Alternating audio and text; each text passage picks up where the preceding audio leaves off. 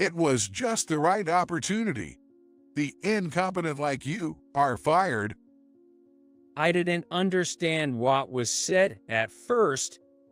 My boss, who always calls me incompetent. One day, I defended a cleaning lady who my boss was treating like a thief. She wouldn't do that. Do you have any proof? What? You believe some dirty janitor over your own company's people? No, that's not what I mean. Then, with a smirk, my boss leaned in and said something unbelievable. Defending this thief means you're complicit. I always thought you were useless. But I didn't realize you were this stupid. You are beyond help.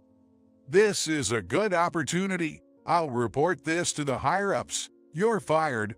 Don't come to the office from tomorrow. What? Fired over this? That's ridiculous. I glared at my boss, but he just walked away briskly. Fine, I'll quit this place just like you want. And on the day I left the company, a major disaster struck. My name is Kevin Smith, a completely ordinary 33-year-old office worker. I work as an engineer at a company that develops systems for computers and smartphones. I've always been shy and disliked being the center of attention. When I become conscious of people watching me, I get so nervous, like even I can speak. However, I'm good at working silently on the computer. In school, I even develop simple apps as a hobby. At my current job, an executive from our parent company was involved in my hiring. He said warmly, "I value your skills. It's okay if you're not comfortable in the limelight. Just pour your passion into development." But I soon learned that the parent company's philosophy hadn't permeated all the employees of the subsidiary. Kevin, compile the data from the email we got this morning and send it back to them before noon. My boss, Johnson, gave me an order loudly.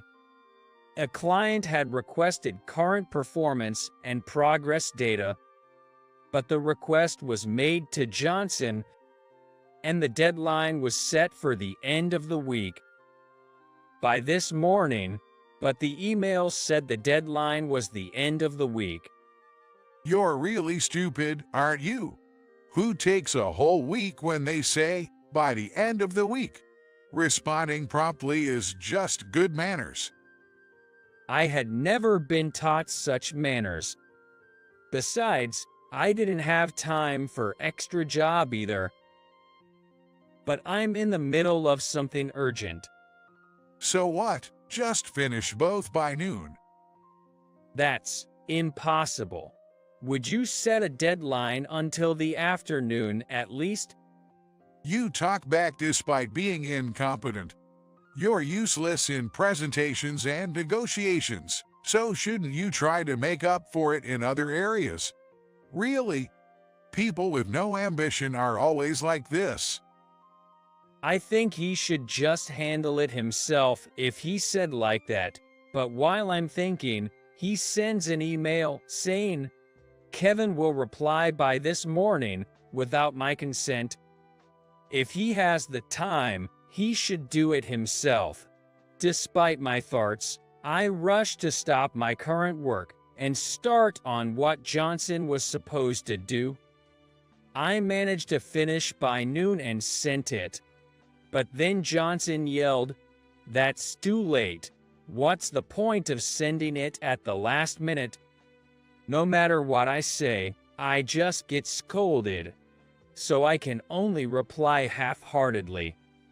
I had to do my afternoon tasks during lunch break, staying glued to my computer while everyone else left their desks. In the afternoon, I received a return email from the client. They thank me for the quick response and praise how the compiled data is much clearer and usable as is. Feeling rewarded for my hard work, I'm about to reply, but Johnson beats me to it, taking credit like, "It's just a layout change of the data I've been compiling. No need for thanks." I'm too exhausted to protest. I let out a quiet sigh and got back to work. Kevin, about tomorrow's meeting materials. In the evening, I tensed up as my colleague, Mike, approached me. Was there something wrong? But his demeanor wasn't troubled or angry. They're really easy to read. Including this data usually makes the document too rigid. But when you compile it, Kevin, it's so concise. How do you do it? It took me a moment to realize I was being complimented. Well, it's nothing big, but I recalled how I created the document and shared some tips. Mike seemed satisfied and thanked me, then whispered something. Earlier, Johnson emailed your data as if it was his own. Yay, I know. Actually, I was on the phone with a client about something else, so I told them you made it from scratch. What? They said thank you for the great help. Thank you so much. No problem. I just told the truth. My efforts being recognized made me feel a bit lighter. But of course, some people's attitudes towards me didn't change. Kevin, you never contribute in meetings anyway. It's a waste of time. So go to the archive and find this. Johnson handed me a list of past products. He wanted files detailing their development history. Sure, I'm not great at speaking in meetings, but listening and understanding the direction is important. Also, I doubt Johnson would listen to my opinion. I obediently headed to the archive. I found the file and loaded it onto a cart. I was about to return to my seat, but the disorganized and upside-down files caught my attention. Since the meeting would take a while, I started organizing them, and then someone came in. Oh, hello. Hello. She's been the dedicated janitor of our company since last month. She seems to be around my age, but it's hard to tell. Her long hair is carelessly tied at the back of her head, and she wears thick glasses that suggest she's severely nearsighted. Additionally, her long pants and apron, part of her work attire, are noticeably stained. I was surprised by her sudden appearance. Since she's under confidentiality agreements, she probably has access to the archive. Oh, are you working? I'm sorry, I'll get out of your way. No worries. Oh, were these files always this neat? I had just finished organizing them. Sorry, I just tidied up on my own. Perhaps it was her job. If she had her own plan for it. I thought so, and I felt bad. But her eyes sparkled behind her glasses. Incredible. It was a mess when I checked earlier. But now it's so clean. Kevin, you're not just good at your job, but also meticulous at cleaning. You know my name. Of course. I've heard about your detailed work. It's not that great. Everyone just flatters me. After all, I'm called incompetent. Who says such a thing? I opened up about Johnson's behavior and my own character traits that led to it. I don't know why I get so nervous, but when I'm in front of a crowd, I just freeze. Despite being here for so long, I still don't feel like I fit in.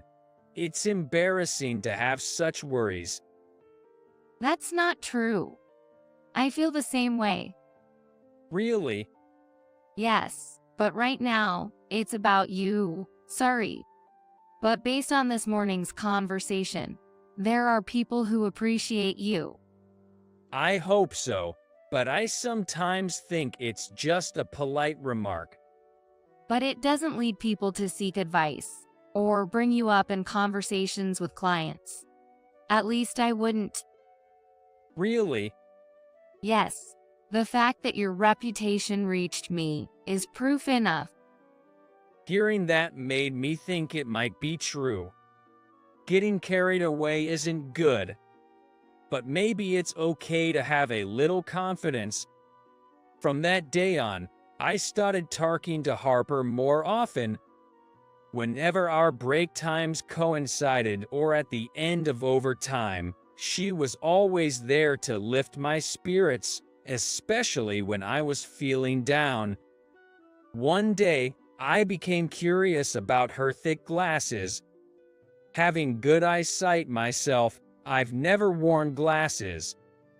I remember hearing that for nearsighted people, the worse the vision, the thicker the lenses. Harper, do you have really bad eyesight? What? Oh, these glasses?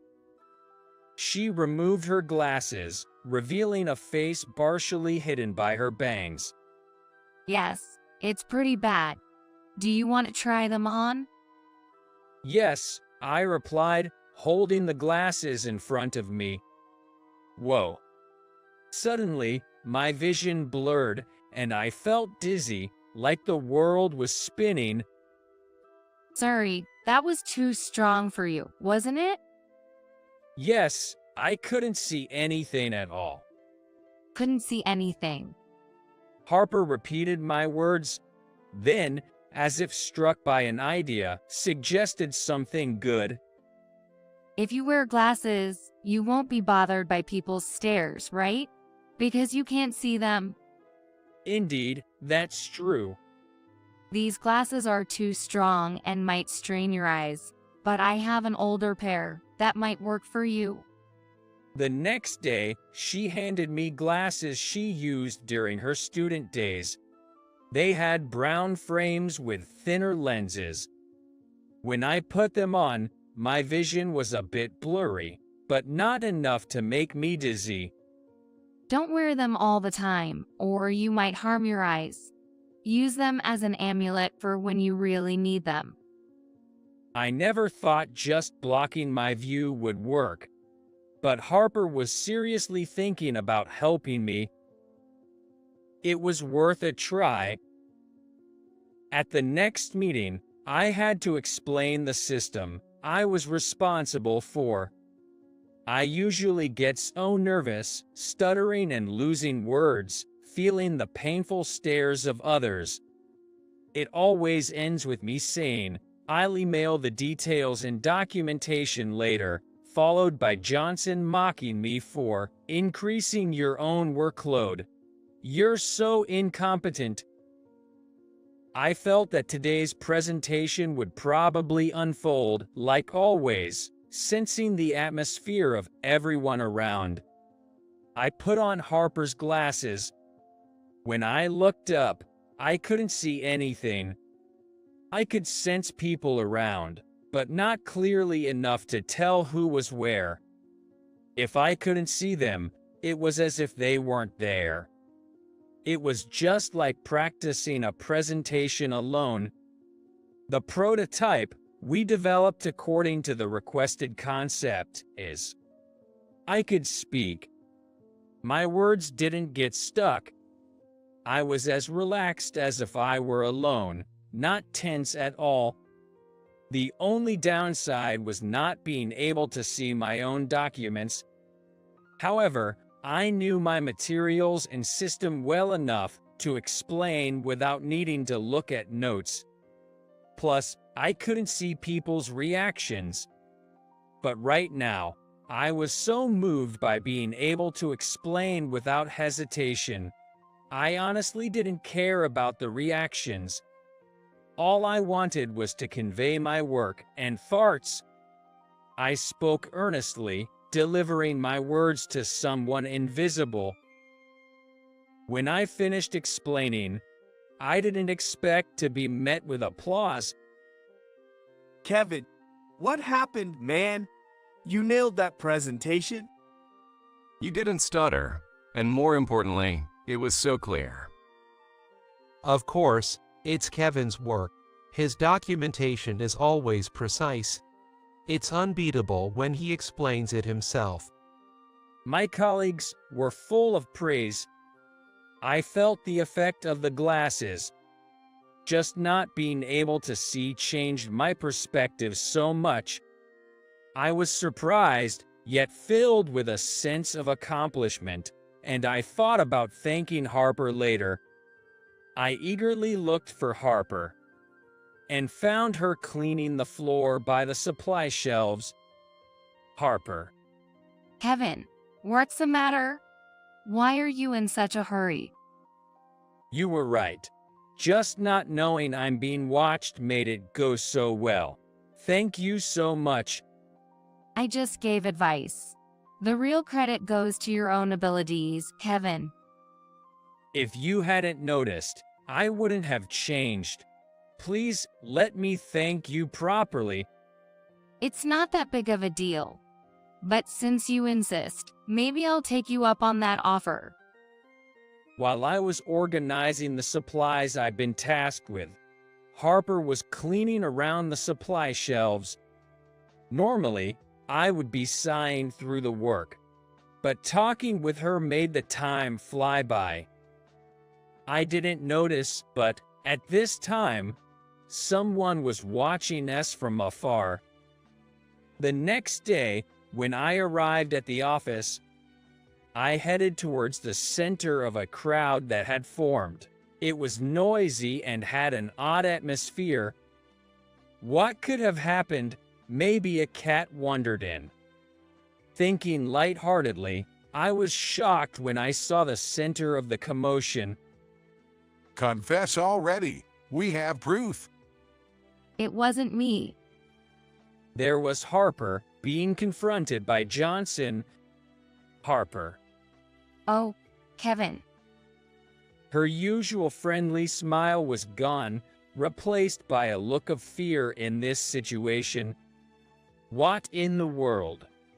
She's an industrial spy. She's been stealing company information and passing it to competitors. We found evidence of her dealings in her locker. Johnson showed me documents with confidential data. These were in Harper's locker. It must be a mistake or a setup. She's not that kind of person. If Harper was a spy, she wouldn't have had time to be concerned with me.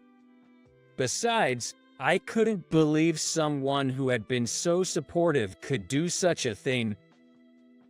So the incompetent defends the janitor. A beautiful display of the weak helping each other. Johnson looked at me with narrow eyes. Come to think of it, you two have been quite close lately, haven't you? That's because she was helping me with something. Helping with illegal dealings. What are you talking about?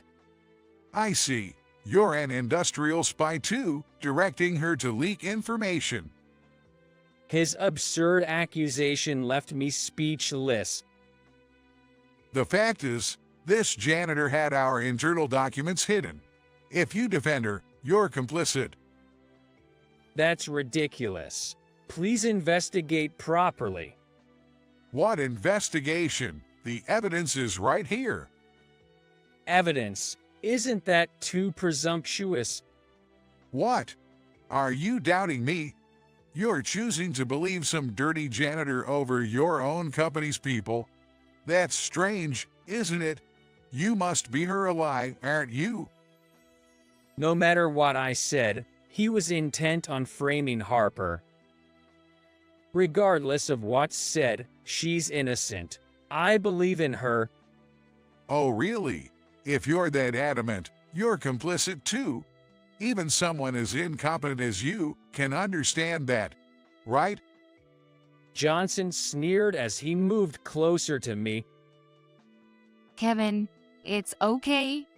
If I quit, that would be enough. Harper looked at me with frightened eyes. Is this okay? No, this is wrong. I won't change my mind. Then Johnson said triumphantly, I'll report this to the higher-ups. Kevin, you're fired. Anyone who defends a spy like this is an enemy of the company. I took care of you, and this is how you repay me. You were incompetent till the end. I wanted to say I never felt taken care of by him, but it didn't matter anymore. Being fired didn't shock me. I nodded and began to clear my desk. Kevin, are you okay with this? Harper was puzzled by my reaction. I nodded without hesitation. I'm sorry. Because of me, you're involved too, Kevin. On the contrary, I'm thankful for this opportunity. I was already feeling at my limit working under Johnson. It's quite a relief now. But I'm not an industrial spy. It's okay. I know you didn't do it. Even if they investigate, if they don't find your fingerprints on the evidence, it won't stand up as solid proof. She smiled with a face that looked like she might cry. Worrying about me? You're too kind. Huh? Harper whispered to me. About the thank you mentioned yesterday. Can I ask for it now? What? She looked up at me, smiling. As long as there was no conclusive evidence of us being industrial spies, I had the right to use my accrued vacation days. So, I took my leave. Then one day, I received a call from the office. When I checked the number, it was from the company. There was nothing more to talk about. If any procedures were necessary, they could wait until my final day of leave, so I decided to ignore it. A few days later, I went to the office for the resignation process and found it more hectic than ever. What happened?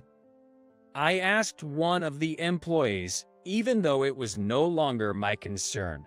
He looked confused. A lot of things. Do you know where the documents you worked on are stored? My documents, Johnson said they were all disposed, calling them unreliable spy material. I see. Are you okay? I noticed faint dark circles under his eyes. Looking around, other employees seemed the same. Kevin. Glad you're here. Employees gathered around me as they noticed my presence. I was confused, but someone explained the situation. I used to handle a lot of document creation because I couldn't present or attend meetings. From systems I developed to team projects. After I left, other employees had to take over, but their documents were unclear, lacking foundation, and the selling points were not apparent. They kept getting scolded, and in just a few weeks, lost credibility, leading to numerous contract terminations. The loss was rumored to be around $10 billion. That's ridiculous. Even if my documents were good, everyone else was a professional, some with longer tenure than me. I couldn't believe they'd created such poor documents.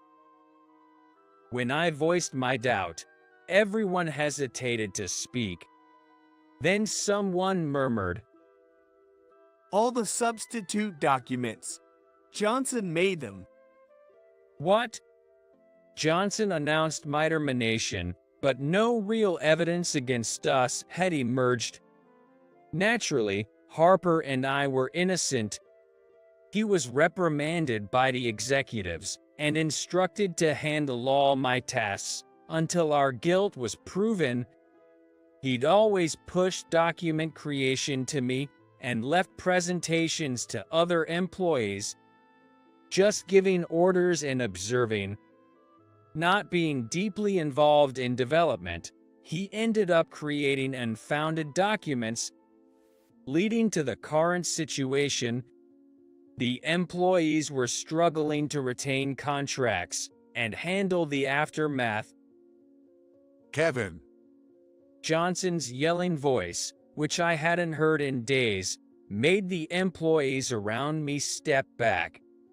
Johnson, with dark circles like the others, approached me aggressively. why didn't you answer despite the numerous calls?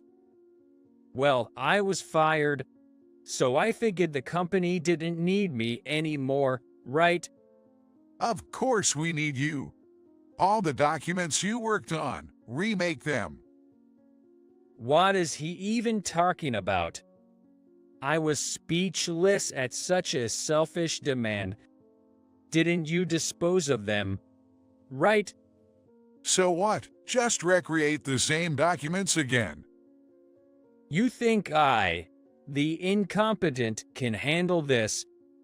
I emphasized the word incompetent while speaking. More and more people started gathering around. I was sweating with all the attention on me, feeling the pressure even though it wasn't a presentation. I thought about ignoring him and just saying goodbye to HR before leaving. Just then, someone pushed Johnson's shoulder aside and stepped forward. It was the CEO. Kevin, I'm asking you too. CEO. It seems he can't work like you. And now, the suspicion of your illicit dealings seems dubious. Could you please come back? I know it's presumptuous to ask, but our company needs you. This company said something similar at my initial interview, but it was all lies.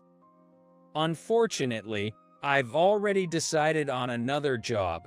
I'm just here to complete my resignation process. Even after we've begged you this much, how can you be so indifferent?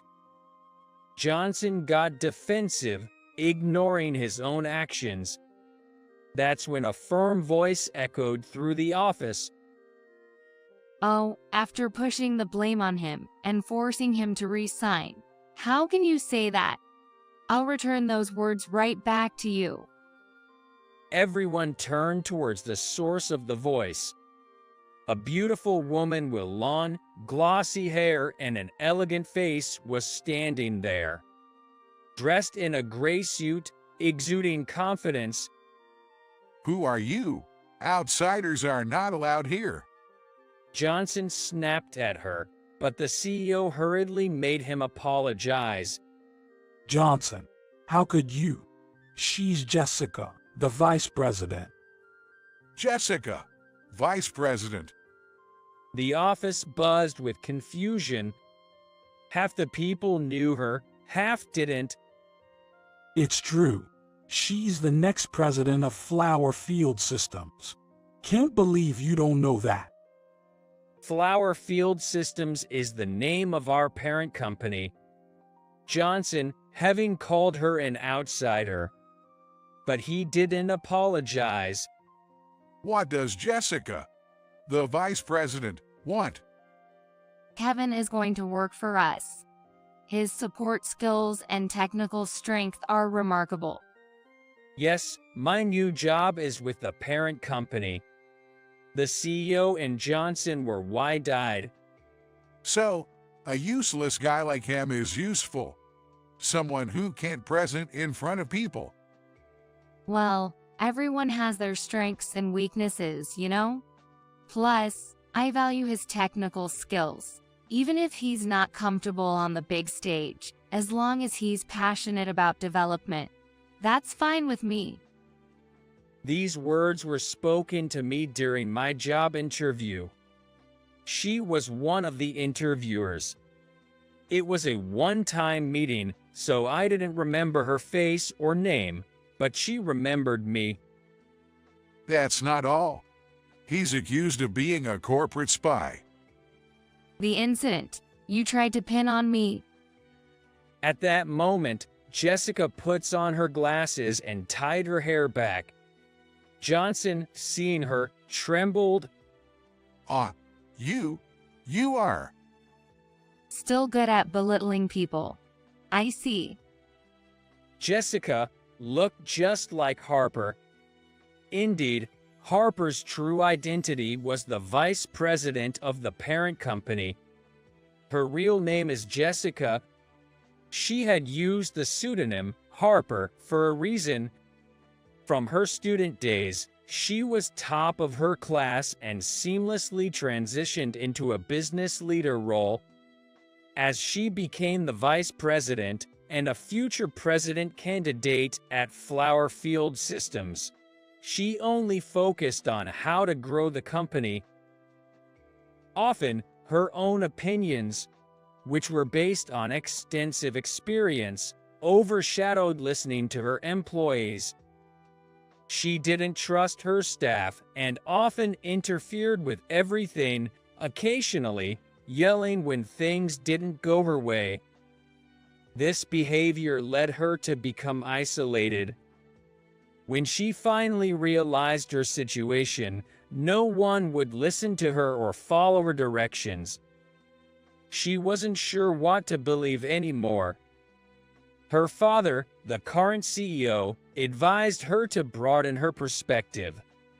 So, she chose to work in a different world, taking a job as a janitor at a subsidiary. It was a way to see the company and its employees from a different angle. Working in a subsidiary made it easier to keep her identity hidden under a pseudonym. Using a pseudonym to prevent her true identity from being exposed, she observed a lot in her new role.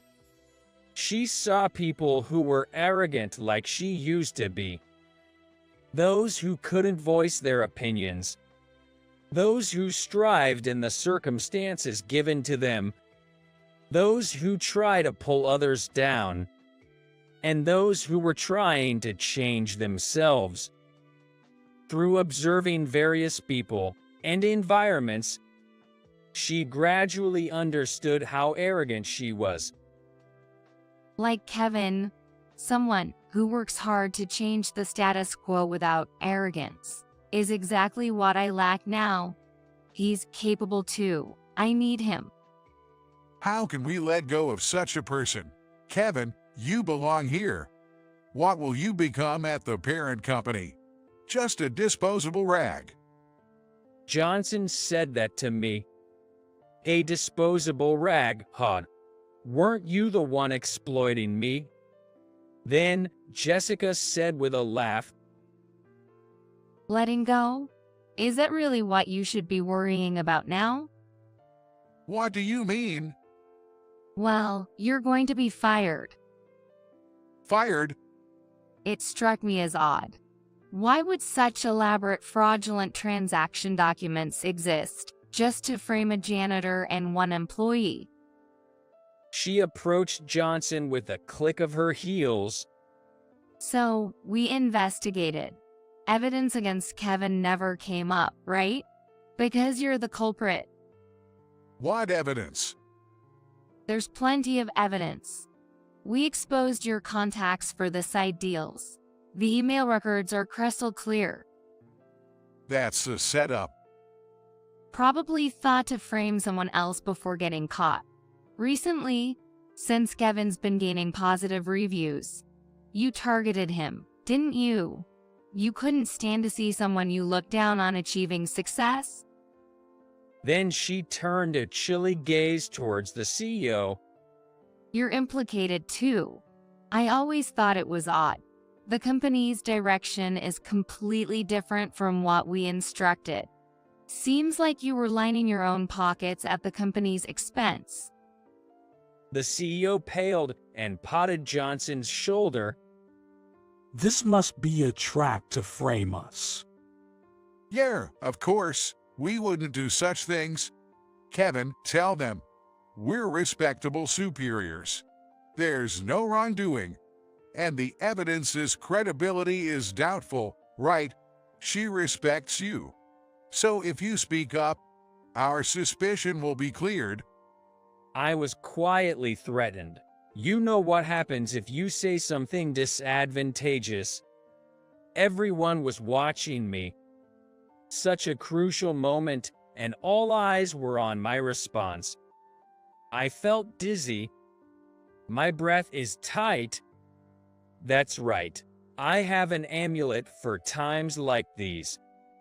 I thought, reaching for the glasses hidden in my bag. If I wore them, I wouldn't be able to recognize anyone. What's wrong, Kevin?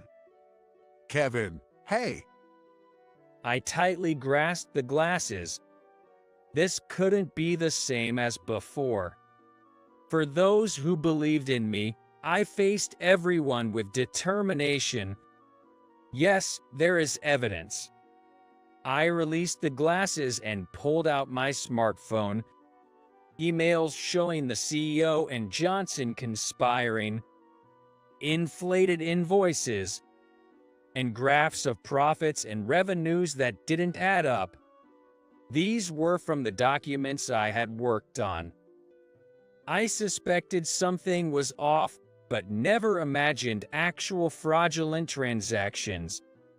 I had recalled these past data and handed them to Jessica on the day I was notified of my termination. The report from July, 2 years ago, and last year's financial statement. This data suggests there was wrongdoing, and we have testimony from the counterparties. They were furious, not knowing the transactions were fraudulent.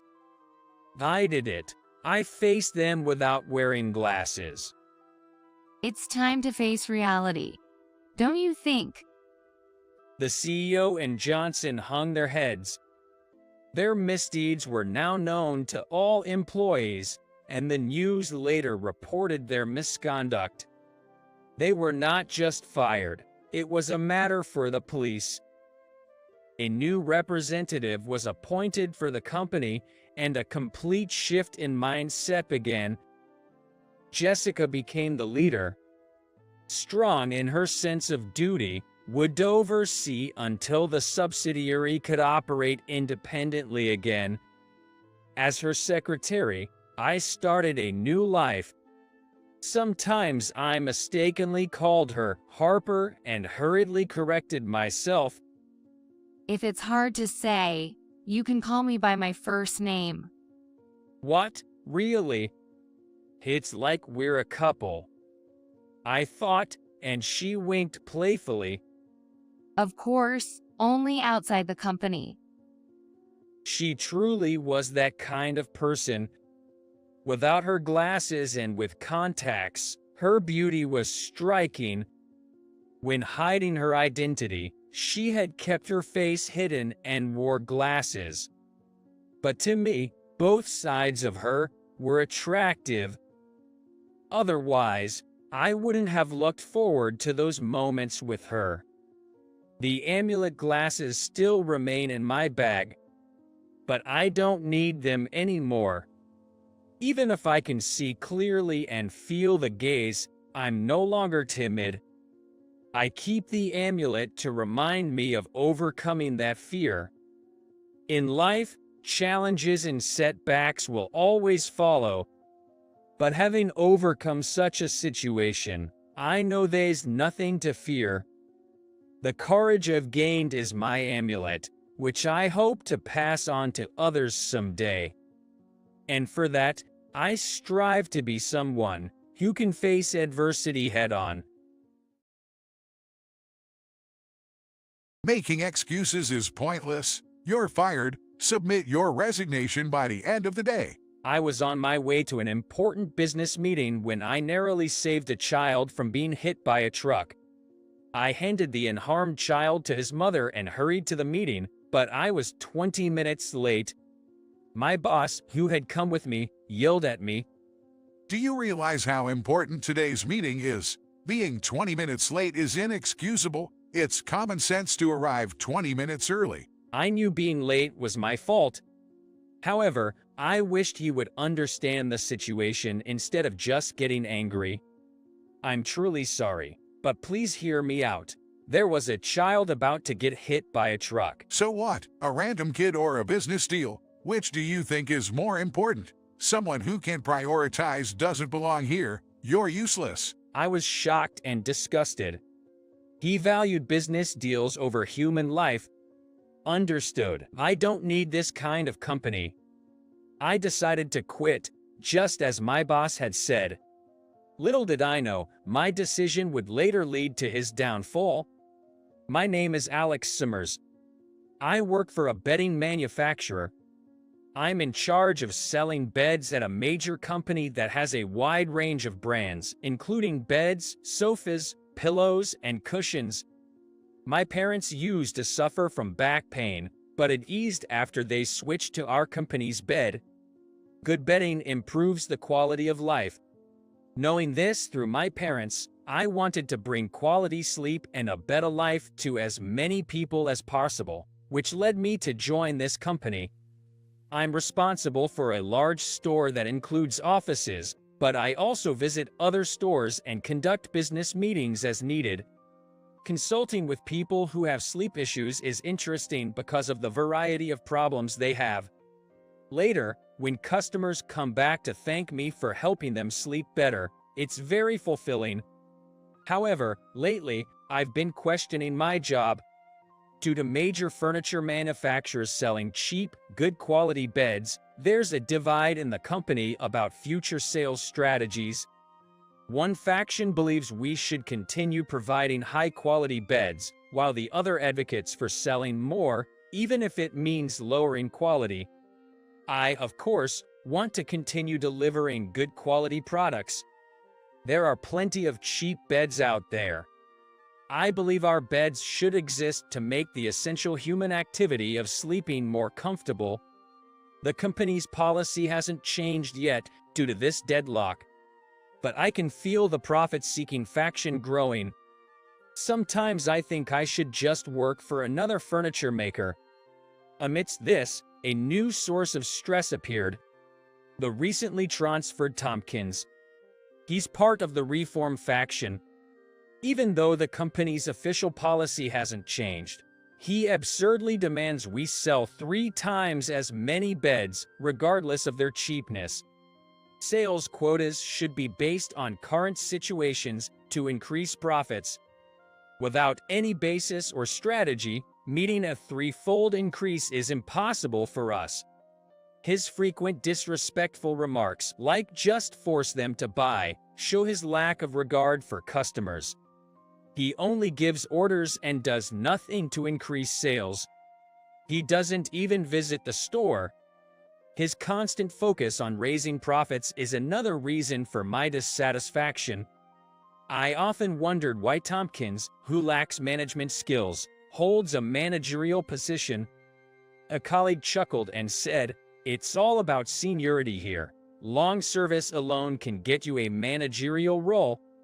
Whenever we, the sales team, desperately secure contracts and increase profits, he arrogantly claims, "It's all thanks to my guidance," and sends reports to the headquarters, overstating his non-existent achievements. Conversely, when customers complain about being forced into purchases, he never faces the issue himself. Instead, he makes one of us deal with it, reporting that the employee lacked cooperation and inconvenienced the customer, shifting all the blame onto subordinates.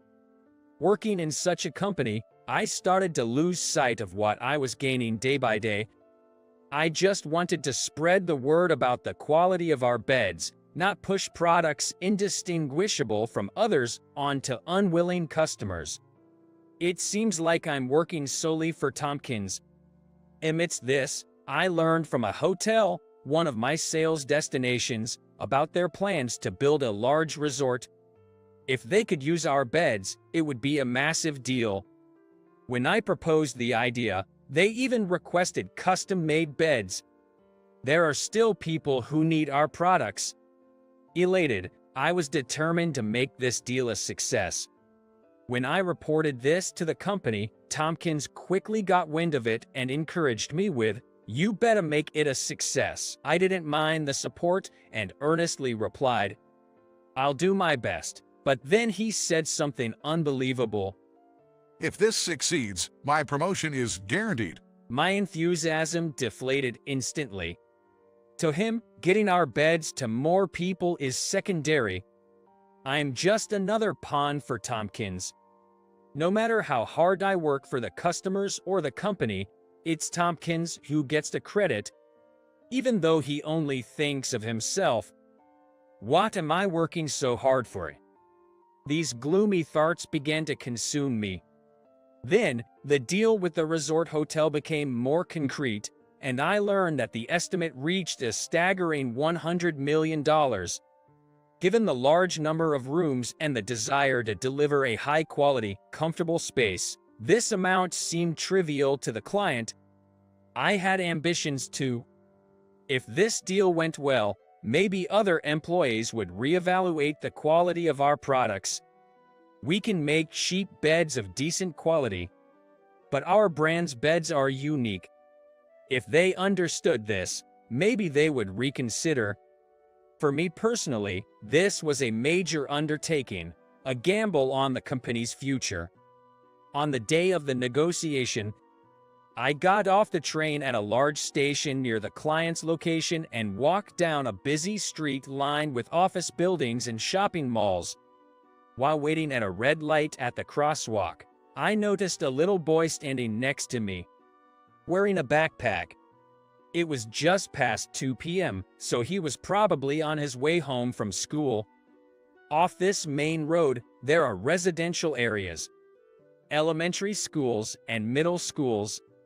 As a kid, I remember dreaming of becoming a pilot or a baseball player. Lost in thought, I saw the boy start to cross the road. The light had turned green. I can afford to zone out now. I have an important business meeting, I thought to myself, and stepped onto the crosswalk. Suddenly, a truck turning right from the far end of the street, without slowing down, was heading straight for the crosswalk. The little boy was still walking across. He froze the moment he saw the truck, which didn't seem to notice him and showed no signs of stopping. Thinking he was about to be hit, I ran, grabbed his backpack, and pulled him backward. I embraced his small body and rolled onto the ground, landing on my back. When I got up, the truck had passed by, as if nothing had happened. Ouch! Are you okay, kid? I checked on the boy. He seemed stunned at first, but then realized what had happened, and started crying loudly. Ah. There, it was scary, wasn't it? I comforted him, stroking his head, and moved to a safe place. He didn't seem injured, but he wasn't in a state to go home alone. I wiped his tears with a handkerchief and handed it to him. Can you contact someone from home?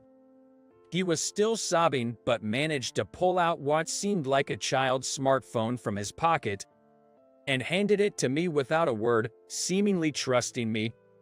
I'll just borrow this for a sec. I called a number saved as Mom on the phone. A woman's voice answered. Hello, Ray. Sorry. I'm calling on his behalf. My name is Alex Summers. Though. There was a moment of confusion, understandably so, hearing a stranger's voice instead of her sins. I explained the situation as calmly as possible to avoid alarming her. So, Ray can talk right now. I'm calling in his place. Mom, can you come pick him up? After giving her our location, she said she would be right there. Your mom's coming soon. Let's wait here, okay? Okay. The boy nodded, a bit calmer now. I handed back the phone and then remembered something. My phone, I hope I didn't miss anything. I took out my smartphone, only to find a slew of missed calls from Tompkins. Reluctantly, I called him back, and he answered after just one ring. Alex, where are you? Making our client wait. What are you thinking? Well, I was startled by his loud voice and accidentally dropped my phone. It switched to speaker mode, making his yelling even louder. Where are you now? Do you have any idea how important today's meeting is? You've got 5 minutes to get here, or you're fired, no matter what the reason. We don't need incompetents who can keep time. Then the call abruptly ended. Startled by the sudden outburst, passersby were giving me curious looks. I quickly put away my smartphone. Fired? It seemed the boy had heard everything. Whether he understood the meaning of fired or not, I didn't want to look bad in front of him. I had to seem like a reliable adult, or the kid would surely feel anxious. I couldn't really hear. The call got disconnected. I put away my phone and asked, using the name his mother had mentioned, "Your name's Ray, right?" Yes. And you are? "I'm Alex Summers." Alex. I have a friend named Alex too. Really relieved to see Ray perk up. Just then, a woman calling his name came running. Ray reacted with a mom. As he saw her, Ray, I'm so glad you're safe. his mother, tears in her eyes, embraced him. Ray used the handkerchief I gave him earlier to wipe her tears. Thank you so much. I don't know how to express my gratitude. Ray's mother seemed to be around my age, a very beautiful woman. Ray will probably grow up to be handsome too. No, it was just a coincidence. Can I see you again, Alex? Well, Ray asked, tugging at my shirt.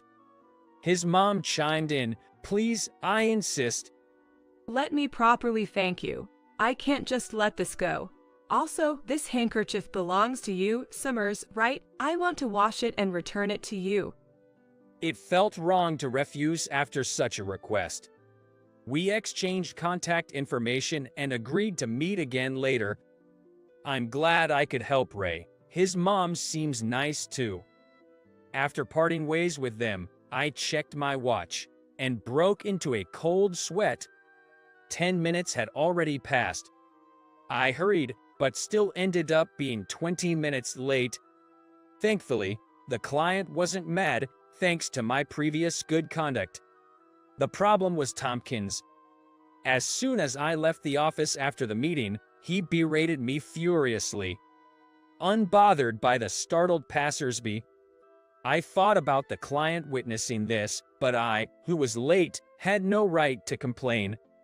Do you realize how important today's meeting was? 20 minutes late. It's common sense to arrive 20 minutes early. I'm really sorry, but please listen.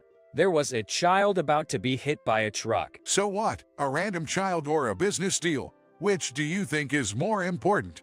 I was shocked and appalled. He valued the deal over a human life. Making excuses is useless. You're fired. Submit your resignation by the end of the day. By the end of today. What about the deal? It was going well. What? Why are you worried about that? I'll take over. Anything you can do, anyone can do.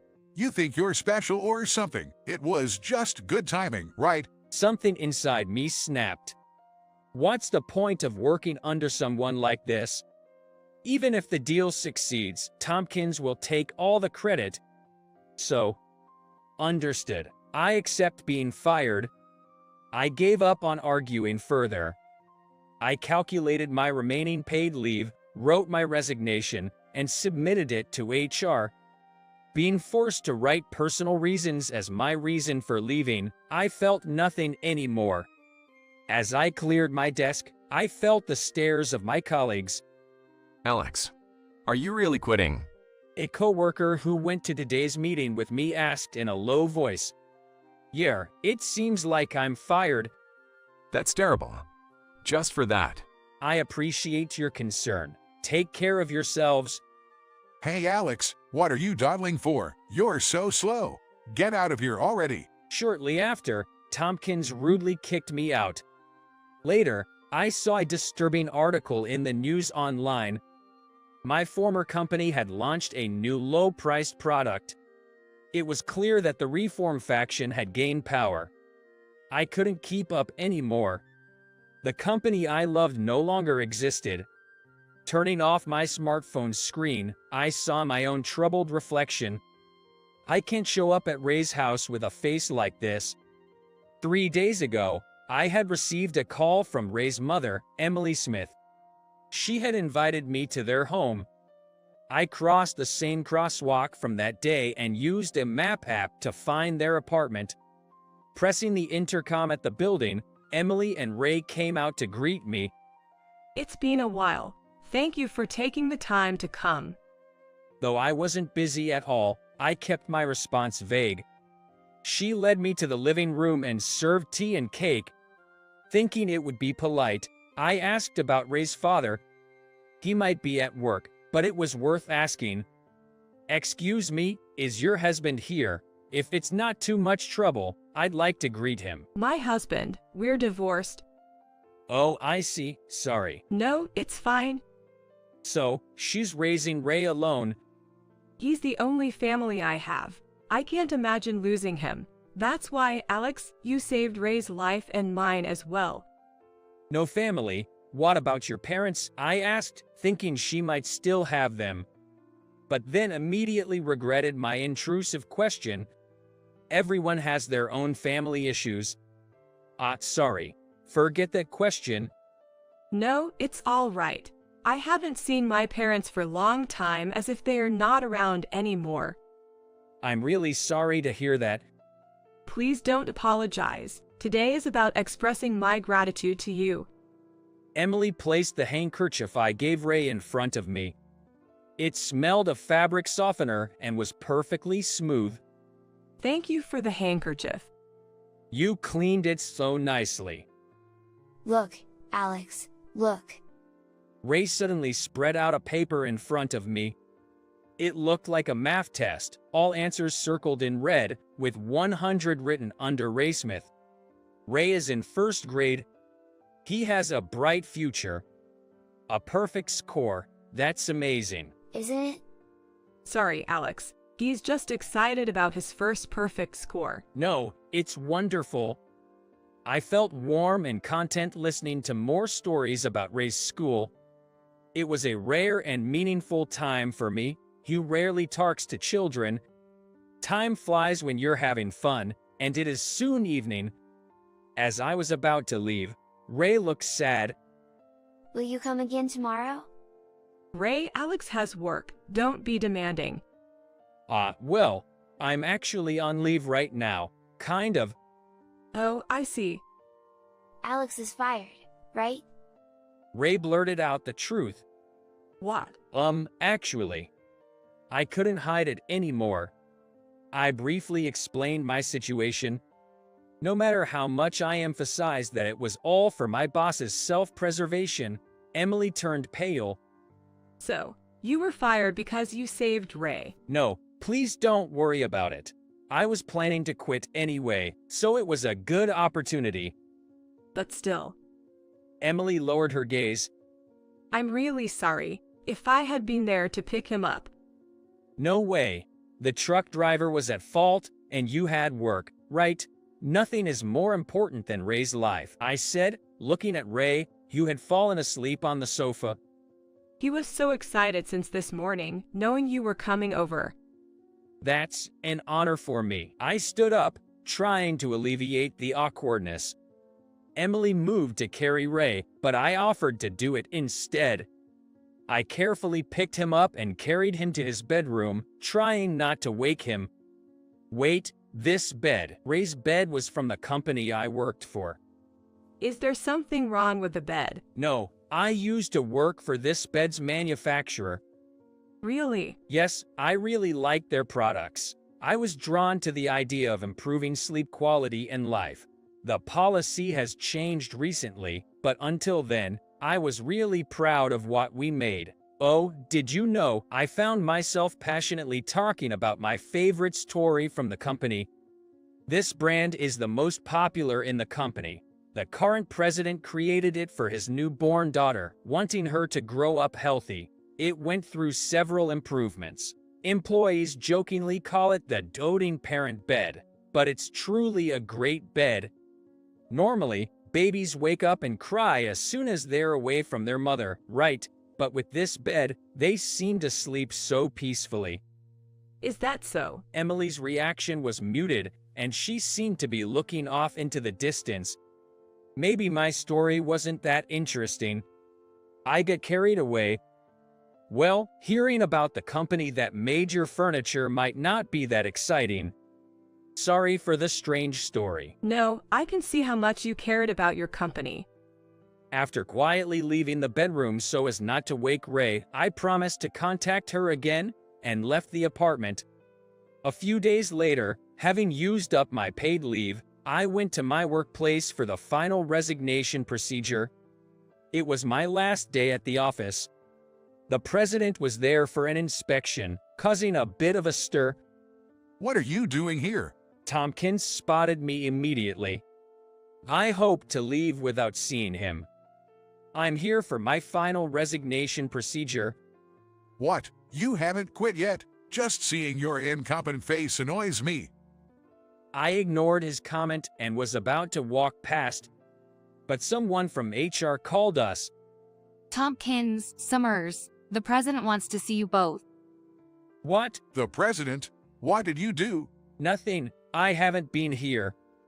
I truly had no idea why we were called together.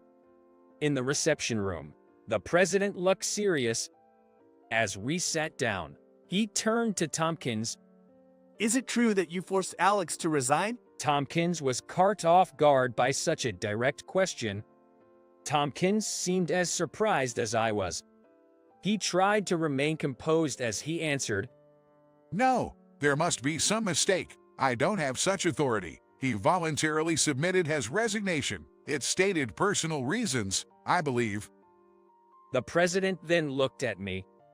Is that true? No, I was told I was fired for being late to a meeting and to submit my resignation that day. That's what I've heard from other employees as well. I hadn't expected anyone to have looked into it. Tompkins was clearly startled.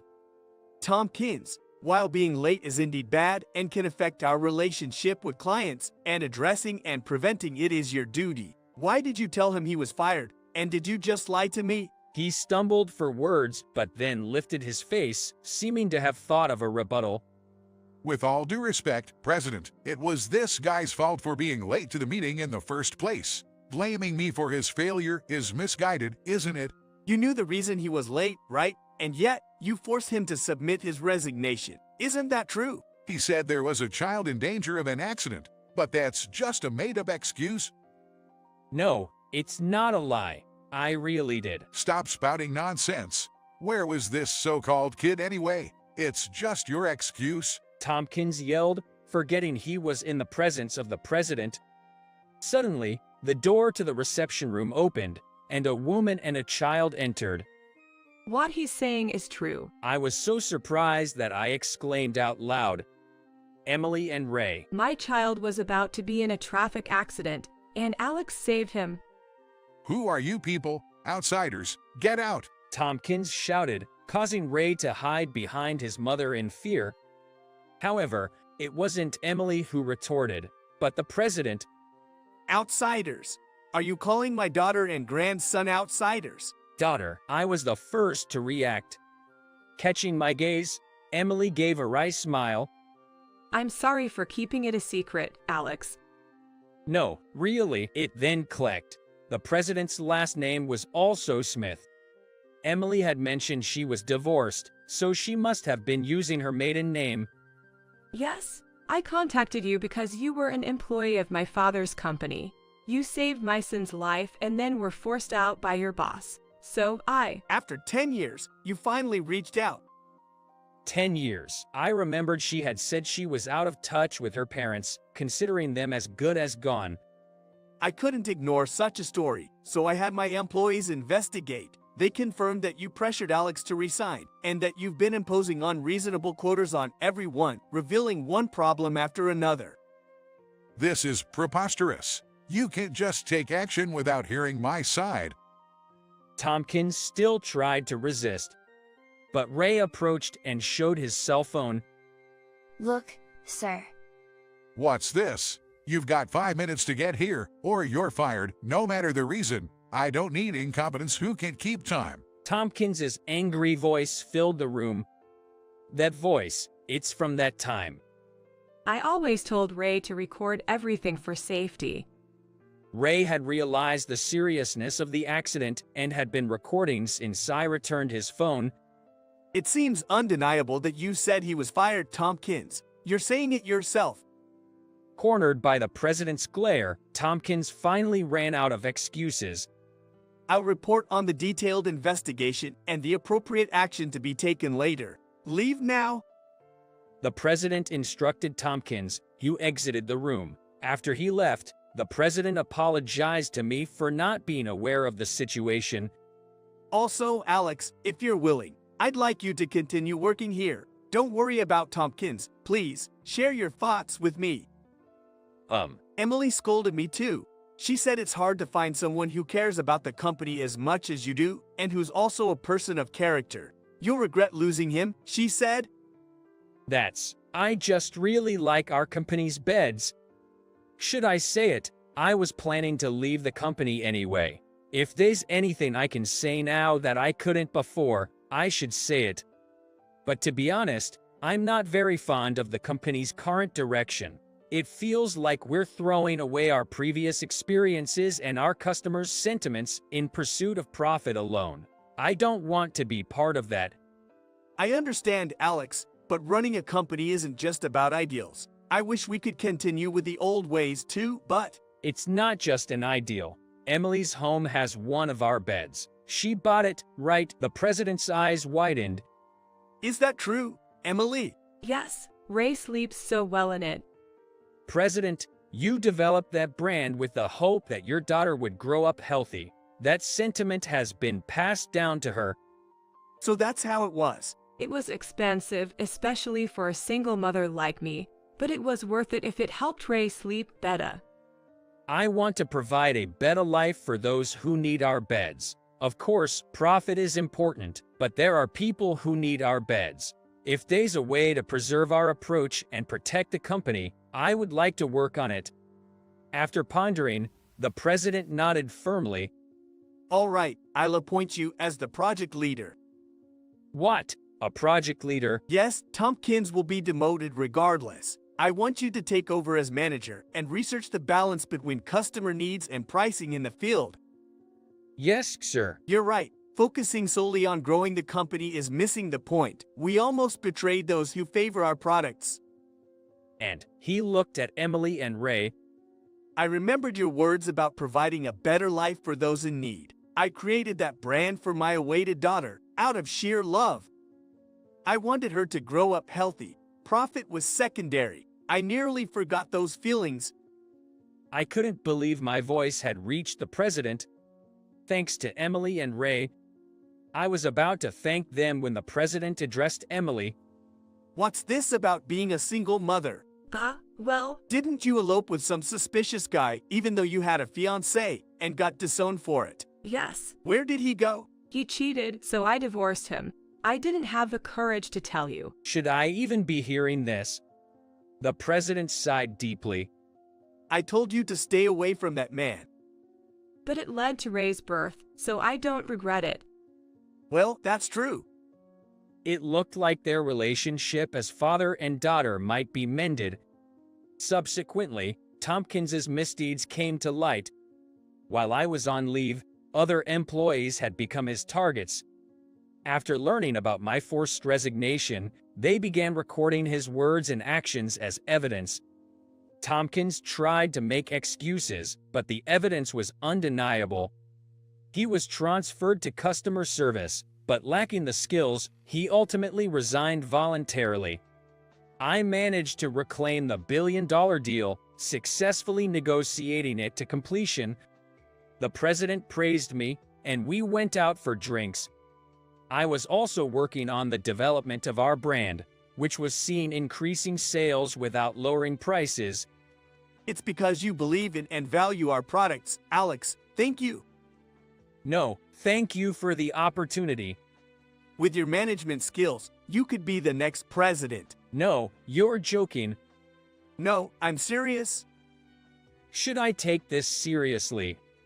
Whenever I visited the Smith family for advice, Emily assured me, my father doesn't joke about such things.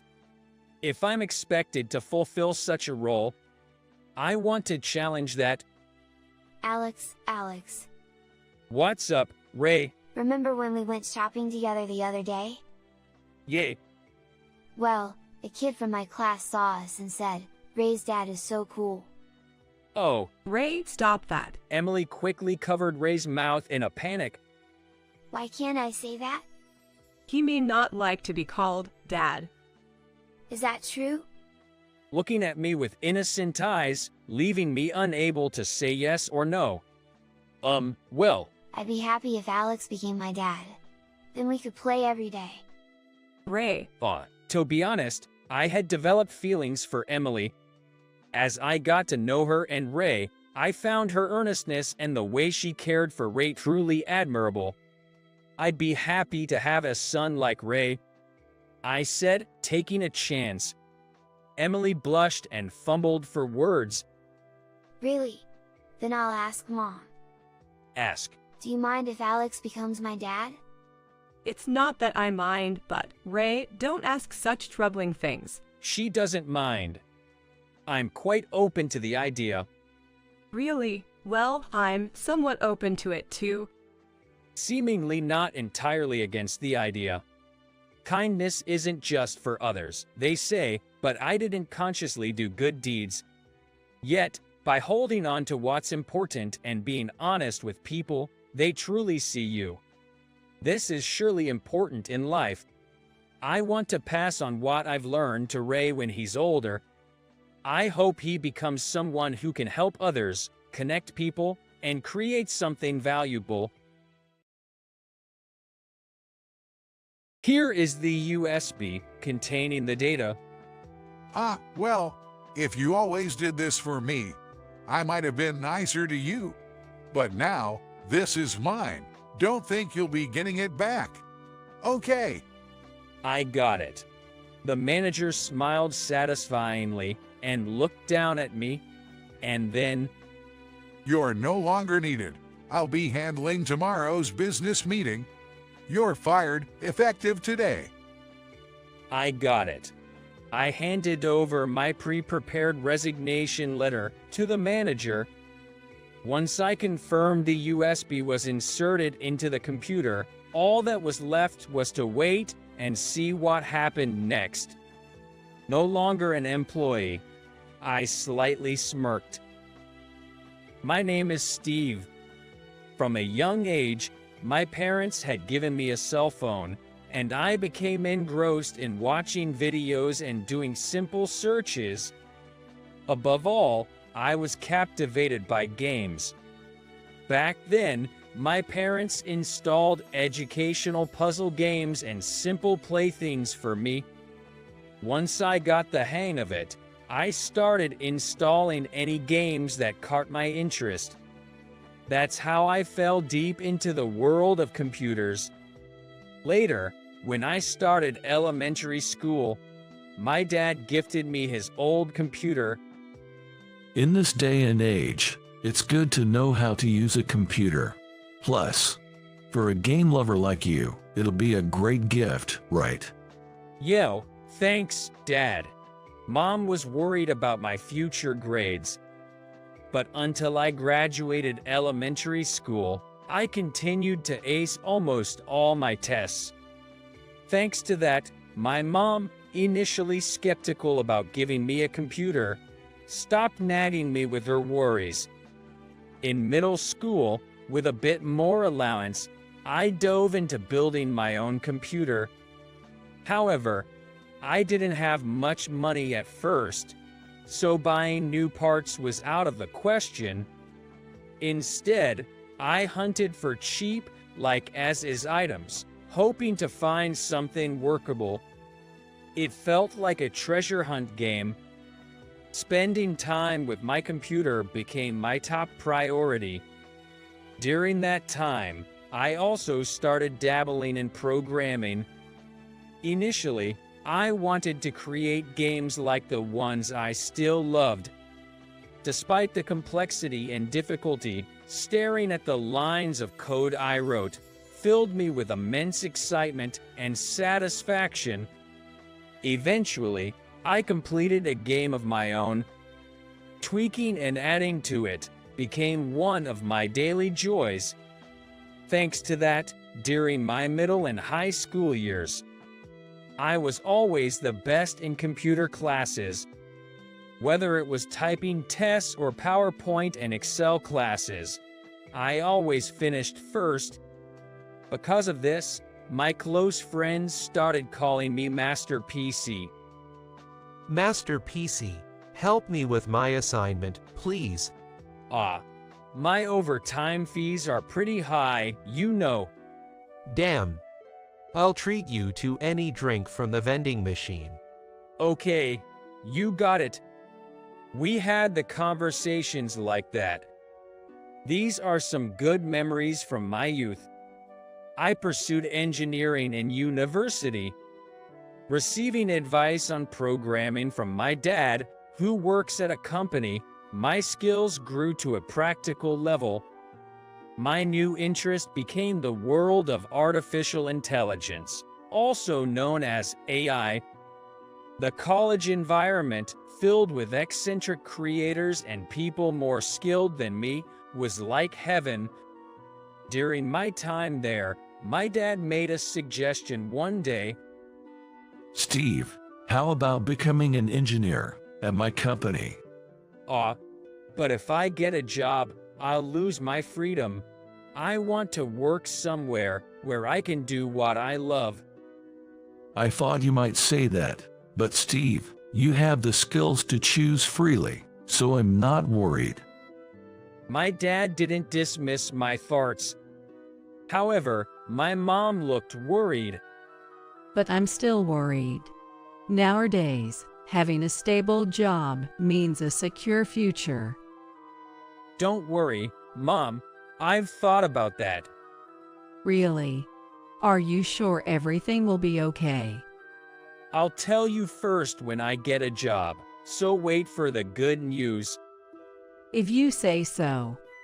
Mom is a worrier but never dismisses others' ideas. I know she's kinder than any other mother I know. So, I didn't want to keep her anxious. That's why, after graduating college, I found a place that seemed like it could fulfill my ideal of balancing work and hobbies. I joined a fairly large advertising agency, giving my mom a sigh of relief. But that workplace lacked my ideals. Damien is slacking off again and pushing his work. His name is Tom. He was the first friend I made at this job. He also enjoyed tinkering with computers and even showcased his games at a huge game festival held biannually. Since we had similar interests, it didn't take long for us to become friends. Steve, you've been called out a lot recently. Yeah, I guess it's because I said I was good with computers during my introduction. Tough luck. But really, for an advertising agency manager, being unable to use a computer properly is something else. Exactly. Our workplace, led by such a manager, Damien, a man in his 50s, became a busy place. He leverages his seniority to dump work on younger employees. Because of his behavior, despite being able to leave on time, we're all pushed into working overtime. Both Tom and I are victims of this. Hey, Steve, come here for a sec. Yes, what's up? There's some trouble with the computer. Can you take a look? All right, I got it. That's how it goes.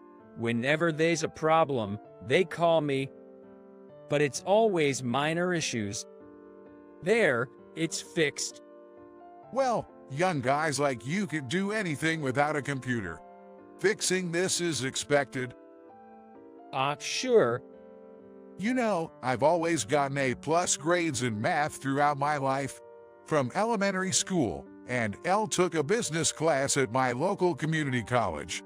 Unlike you, who rely on machines for simple calculations, I excel at computation. We're in different leagues. You understand that, right? I guess so. Conversations with Damien always lead to his boasting and his views on the younger generation.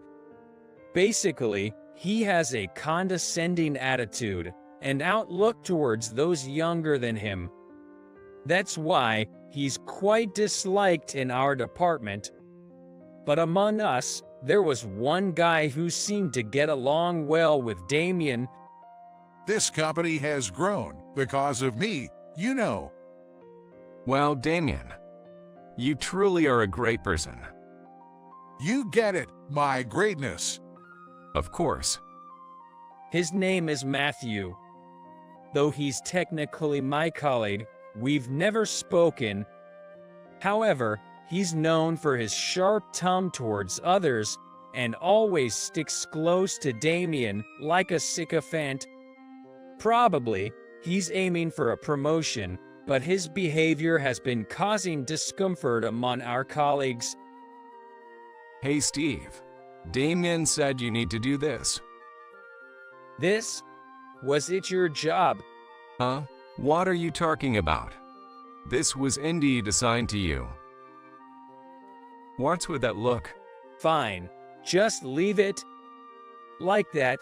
He, too, is the same as Damien. Matthew had a habit of dumping his work on others.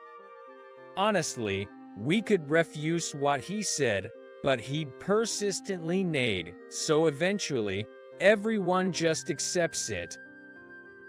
Steve, you're really unlucky. You too, Tom. Why did we end up working here? I don't know. Well, because of two of these guys. I did manage to bond with my seniors and peers. Lately, when we talk during breaks, we inevitably end up complaining about those two. In the midst of this, news of a major project came in. It was about handling a new advertising venture for a global company that develops the latest computer software. For a company of our size, it was a massive opportunity. The president seemed very enthusiastic about it. Thankfully, after some negotiations, we officially secured the contract. It was a sign of great progress for the company. Soon, the news reached our department. It was about assembling a team to prepare the necessary data for the business deal. Looking at the list of members participating in the project, I saw my name on it. Good for you, Steve. Yay, this project seems really promising.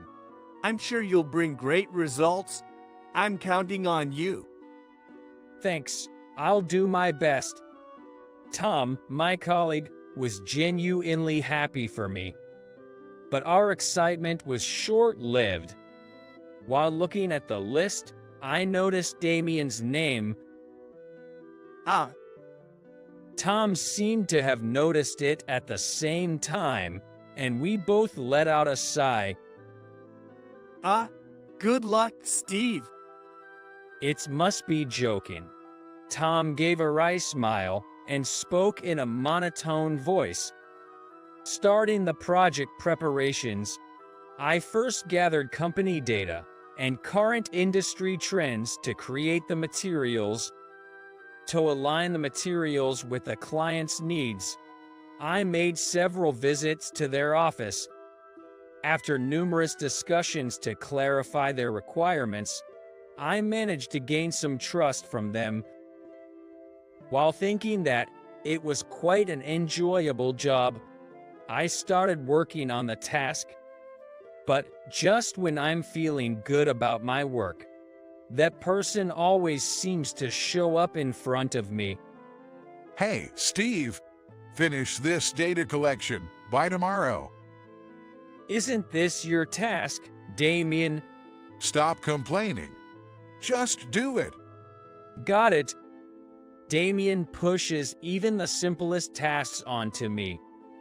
Honestly, I wonder when he actually does any difficult work, especially since he keeps dumping these kinds of tasks on me. I feel frustrated about it. Once, while walking around the office during a break, I overheard Damien and his lackey Matthew talking. That guy is so dumb. I don't get why he works hard. With someone like Steve around, I get to enjoy the sweet life. Damien, you're so bad, man. I totally don't care. Just let that guy handle all the troublesome stuff. That way, I can easily maintain my performance. You're such a strategist, Damien. Strangely, hearing their conversation didn't make me angry. It was all too expected, and I just felt resigned.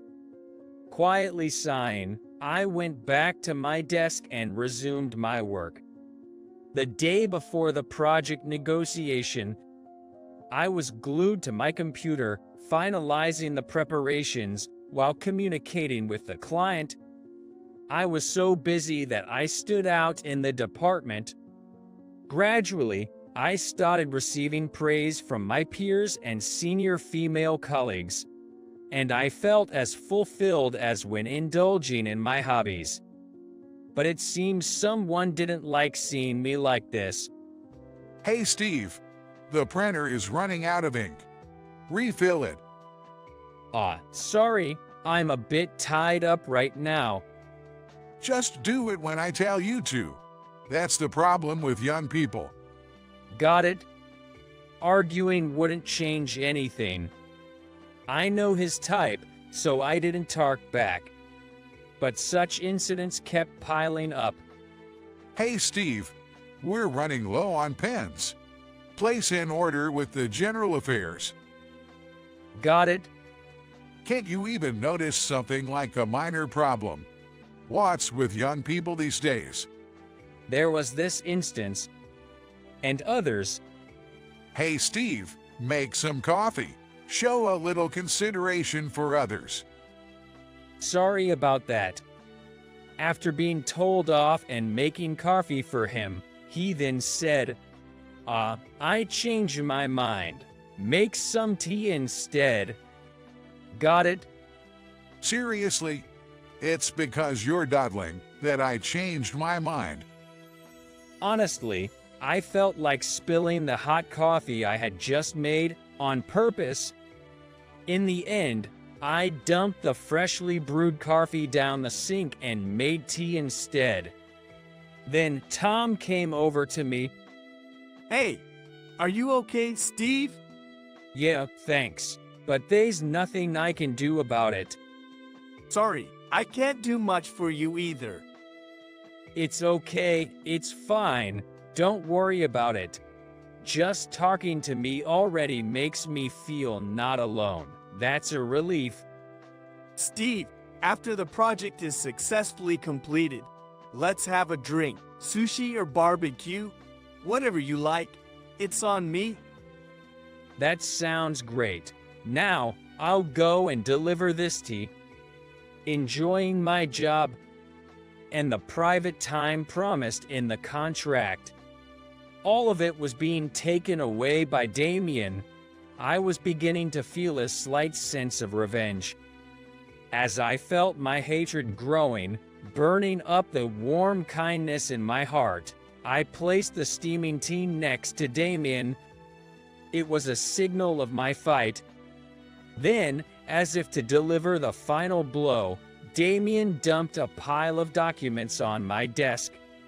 Sort these documents chronologically and file them by tomorrow morning. That's unreasonable. What about the project? You're just a regular employee, and I'm the manager.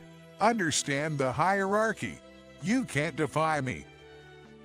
Can't you even handle this? You're so incompetent. It's pathetic. Being good with computers doesn't mean you're cut out for office work. You're a disposable employee. Damien, probably harboring some dissatisfaction with me. He said all he wanted without caring about the others around. Feeling relieved, he left with Matthew. Hey, hand over the documents you created. It's clear who's superior here. Normally, for a big project like this, someone in my position should be dealing with the client. It was too early for you. As I recalled everything that had happened, I trembled with anger, struggling to keep my composure. For the first time, I experienced how one's vision narrows and darkens when losing oneself to anger. But in the remaining sliver of light, I saw Tom and other colleagues and seniors looking worriedly at me. I managed to suppress my dark feelings. All right, here is the USB with the data. You're being cooperative for once. If you were always like this, I might have taken care of you. But now, this is mine. Don't expect to get it back.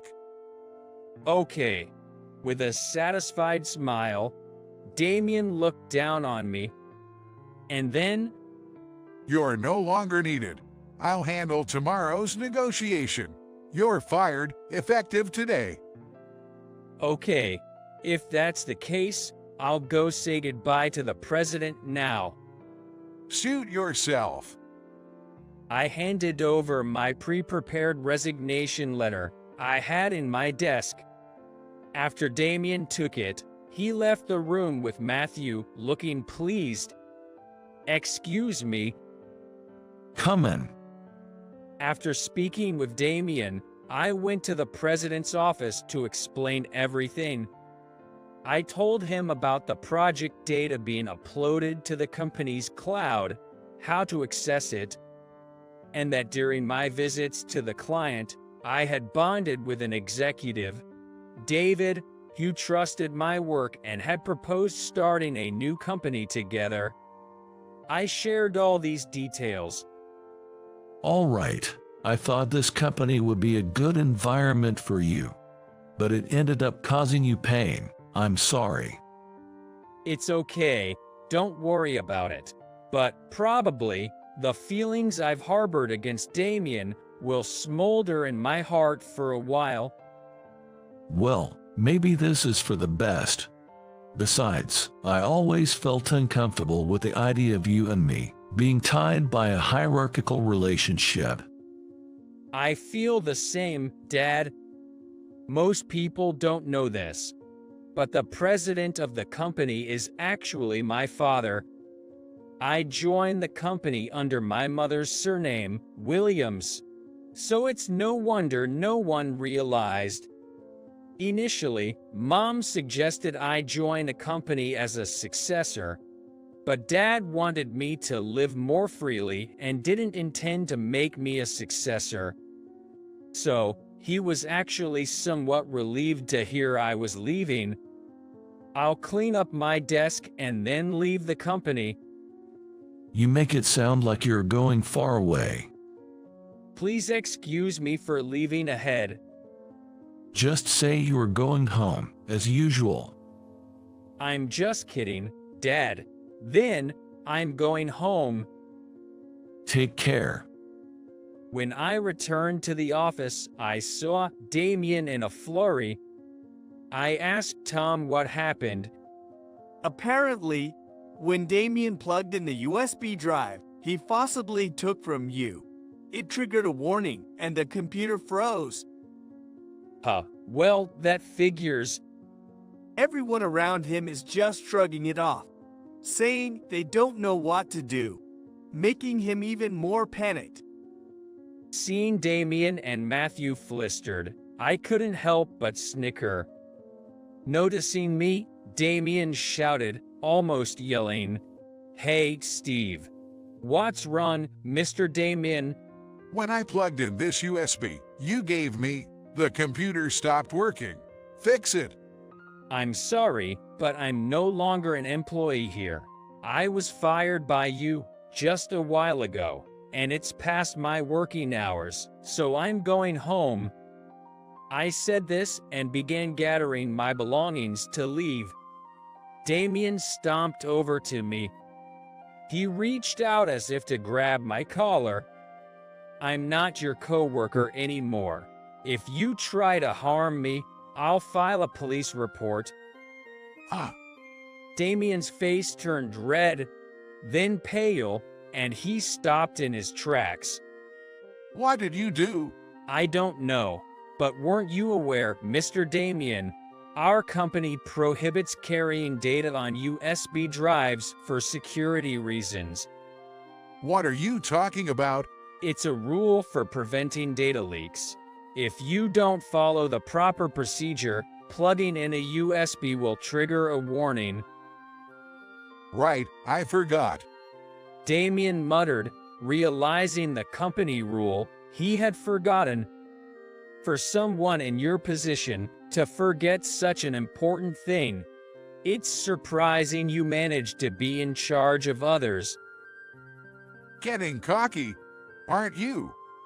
Can't even handle a computer, lacks rational thought as an adult, and behaves like a selfish child who knows nothing of the wider world. It's sad how your mind hasn't grown despite your age. It's a wonder how you've survived in society so far. I mimicked what Damien had always done to me in front of him. My colleagues watching this were laughing quietly, shaking with suppressed laughter. Tom was grinning, watching us with his elbows on his desk. Well, if you follow the proper steps, you can use it again. After I said that, Damien seemed relieved and let out a deep sigh. Seizing the moment, I added, "You can apply at the General Affairs Department, and it'll be usable in 2 to 3 days." Hearing this, he turned pale again. "The negotiation is tomorrow. I guess you understand what this situation means, right? Someone in your position should naturally understand." Steve, "Well, I've been fired. As you said, I'm incompetent, only good with computers. I'm leaving this company now, and please don't contact me. We're practically strangers now. Mr. Damien." With a sense of liberation, I felt like a hero who had conquered a battle, and I left the room. The data on the USB drive was already uploaded to the company's cloud, as I had informed the president. However, I saved it in a place where Damien, lacking computer skills, wouldn't find it. Despite my grudge against him, I didn't want to harm the project or other members, especially the president, who was enthusiastic about it. David from the client's side was also fully informed about the incident, so even if Damien made a mistake, the negotiation would not be jeopardized. The president would surely handle things smoothly tomorrow. Time passed. One day, over drinks, David, who was an executive at the client's side back then, told me what happened afterward. Damien appeared at the scheduled negotiation looking utterly exhausted. He tried to bluff his way through, but was sharply questioned by the clients and my father, the president, causing his voice to tremble. Moreover, when asked by the client why I wasn't present, Damien boldly claimed he was incompetent, so I had him leave as if it was a righteous act. The clients chuckled, but David, without changing his expression, calmly asked, "In what ways are you more capable than Steve? He often visited us to understand our needs and created clear documents. We were considering asking him for the final advertisement due to its high quality. I've always excelled in math. I also graduated from a business class at a community college. Young people these days rely too much on computers and don't think for themselves, confidently boasted Damien. The president laughed. Graduated a community college. Steve graduated from the university with a Master of Business degree. Also, he had US CPA. Hearing this, Damien froze. How come do you know so much about him? I've been watching over him closely, second only to one other person in this world. It's natural for me to know about him. That can't mean. He's my son. Yikes. Damien paled and collapsed at his knees. David, like delivering the final blow, said, "Our company develops the computer software you so readily dismiss. Interesting." Saying this, he laughed so heartily that the clients who came with him were taken aback. Then David suddenly stopped and stared coldly at Damien, saying in the lowest voice as he could, "The incompetent one is you." The room froze. David mentioned he was expressing his own disappointment too. His colleagues later said they never knew David could be so intimidating. In the quiet meeting room, with everyone staring at their desks, the president addressed Damien. "I understand it's hard to keep up with the times as one gets older. I feel the same, but we must not deny the changes. Once we do, time stops for us. Our industry must always be at the forefront." He continued, "You've been pushing work onto others, saying you don't understand or can't do it. I've heard from your subordinates. Most of the work credited to you was done by them. What's your value then?" At that moment, Damien was like a deer caught in the headlights, as David metaphorically described. When Damien became almost motionless, the president stood up. The materials Steve prepared are with me. I apologize for the inconvenience caused today due to my lack of supervision. He said so, and then apologized to the clients. And David said, "Steve's excellent materials and trust are still intact. Let's discuss this another time. And he's practically family to us." The clients laughed and let it go. The president then glared at Damien. The world has a way of balancing things, like a scale seeking equilibrium. Now, one side of the scale is loaded with your deeds. What will balance it? Let's discuss this back at the office. He left with a smile not resembling human laughter. Later, Damien was immediately dismissed by the president. Even though David and my dad usually are cheerful and kind, hearing this side of them made me shudder. "Don't you worry. That was just an act back then." David reassured with a smile. But I decided never to anger these two. Afterwards, I was fully immersed in the new company. I started with David, enjoying my work more than ever before. Our business focused on developing apps that everyone could use for fun and convenience. There was a lot to do, but most of the work overlapped with what I used to do as a hobby. In essence, I turned my hobby into a career. I stayed in touch with Tom, who remained at my father's company. Occasionally, we would go out to eat when our schedules aligned, and sometimes we invited David, the president of my new company, to join us. The two of them became good friends, almost like best buddies. Once the app Steve and I are developing is finished, I want to ask your company for advertising. That sounds great. I'd love to be the person in charge of the business deal with you. I'll leave it to you when the time comes. The connections each of us had built were now bringing together a new team for this path forward. As long as you strive to move forward in life, nothing is wasted. Everything becomes a part of you and your future. I learned this from the experiences I've had up to today. On a side note, recently, on my way home from the office, I spotted Damien. He was standing outside a computer class, talking with people of his own age. After a while, a young man came out of the shop and ushered everyone inside.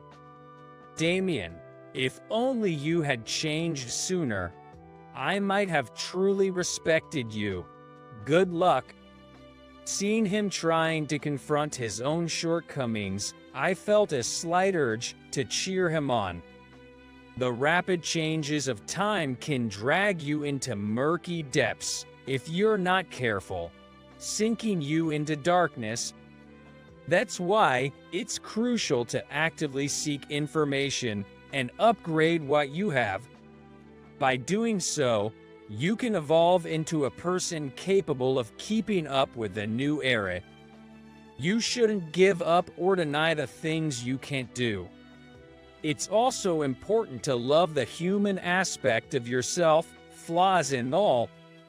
I pledge to myself to never stop learning and to live each day to its fullest. While I was tidying up my desk, Director Higgins suddenly called for me. I had been thinking about resigning without saying another word, but since she summoned me, I reluctantly headed to her office. Then she dropped a bombshell. Mr. Incompetent, take over the $15 million deal. More than anything, I didn't want to be manipulated by her anymore. Besides, handing such a massive project to an employee who was practically fired seemed odd. Even if Director Higgins' dad is the EVP, I can't stand her making arbitrary decisions like this anymore. I reached a decision and asked her, "Can I see the documents?" Mistaking my intent, she smugly handed over the documents. Flipping through, I confirmed what I thought. My name was already in the column for the person in charge of that document. However, the date was from several months ago, before I was told I was being fired. Why did she bring up this deal now? Understanding her intentions, I spoke up firmly. "It's impossible since you've named me specifically. Since I'm being fired, I'll excuse myself. My name is Kevin Johnson. I am an employee of the company in my half of 50s. As I entered this company as a fresh graduate, I felt strange to think that more than half of my life had already passed, which made me feel like it was long or short. I worked in the sales department of a beverage manufacturer, enjoying my days as a salesperson. However, as the company expanded, the sales department was divided into sales and marketing. I was assigned to the marketing, and that's where I am now. Marketing is the department that creates mechanisms to sell products. Unlike sales, which directly handles sales contracts, marketing focuses on promoting to the market. While sales deals with current customers, marketing must understand the behavior of potential customers and devise business strategies. Initially confused by the difference, I found great satisfaction when our well-discussed and researched plans succeeded. However, no matter how much I researched the market and promoted my products, some did not sell at all, while others hit the unexpected target demographic. I gradually became fascinated by the depth of marketing. I am a senior member of the department, and although I am much older than the others, I have tried to communicate with the younger members as much as possible, and they have come to talk to me in an open and friendly manner. The open and comfortable atmosphere where everyone shares their opinions is something I greatly appreciate.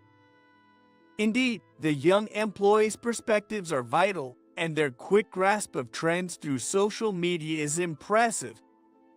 Something becomes incredibly popular one moment, and then suddenly, no one talks about it anymore. Keeping up with the rapid changes and trends is a tough task at my age, but it's part of the job. An alien who's an incomprehensible enemy can become a helpful informant once they're on your side. Kevin. A young male employee approached me. "What's up?" Our competitor company had a major blunder online yesterday.